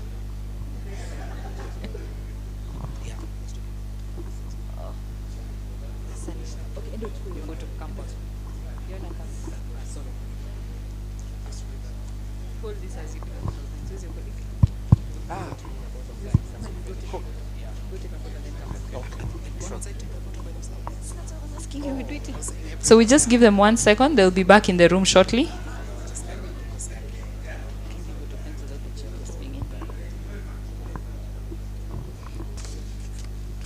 Good. Thank you so much, everyone. As we wrap up this final session, we want to just have one conversation as we finalize. And really, it's understanding what we've accomplished today and what we aim to do moving forward. And I do hope that what we're understanding from this conversation is, first of all, that there's a lot to learn. There's quite a knowledge gap that we need to address. And we welcome all of you to be part of it. One of the ways in which we welcome you to be part of it is as the NPO working group, we are currently also recruiting our membership and continuing to grow the membership. So please engage with us, join with us. All the NPOs in the room who are interested in this topic, please engage either Fred or myself on this issue. We'd love to have you as a part of the working group. And as part of the progress of the working group, in the coming months, we'll be developing our strategy, which includes our strategy for how we'll work on issues of self-regulation, better co-regulation with government, and other issues around how we are going to comply with the requirements of the anti-money laundering laws. But beyond that, we are going to be looking to how to strengthen this NPO sector, how to ensure that we are transparency and accountability, and really looking at how we are. So that's going to be the objective of this conversation. And I welcome you all to please reach out, please register to be a part of the NPO. We are also going to have a validation meeting that will involve aim to accomplish. And as we wrap up, I'll just have a very simple, just to say a big thank you to all who have taken their time to join us today. Back in Johannesburg in November last year, and we said we want to launch the Talk to Your Regulator concept. and Yona promised to support and steer up to date. And finally, we have the Talk to a Regulator concept launched, and conversations between the NPO and the regulators. That is one. Two, as we all understand, back in 2015, then in my mind, I never thought that one we will be sitting in the same room with a regulator and discussing conversations like this one. So it's been a long way. We've built very good relationships, and I hope and pray that it will continue being like that moving forward. The relationship will continue becoming strong. Say asanteni sana, asante DG for making time for us. Asante your team for assisting us in organizing this event. Asante Inform Action, they've been our team that has really highlighted. Asante Kiambu Road. Kama ni zamani haingekuwa rahisi, si ndio? But we see them now sitting together in the room and discussing such conversations. Asante development partners wenye wako kwa room, GIZ and the rest. Asanteni sana, and everybody who has made time physically and online. I've seen people follow online since 8 for being with us the whole day. So we'll close at that. Tutaomba tu team and the team to give us the Kenyan national anthem, and then we will proceed for lunch. My colleague Nuru, lunch is on the 5th floor nimeambiwa. So my colleague Nuru will be standing there with the lunch. Usitoke bila kuchukua na maybe tutaendelea kuengage as time goes by. Asanteni sana and God bless you. So so there's a photo backdrop hapo nje, media backdrop. If you want to take a photo to remember this day, you're welcome, and we will also try as much as possible to do a group photo. I don't know if the space will be, but the camera people will advise us. They're telling us we do it here, so we'll remove the chairs and not that. So we'll try and squeeze ourselves here and do a group photo as we proceed for lunch. And our guys are also connecting the national anthem. Asanteni sana, Mungu awabariki.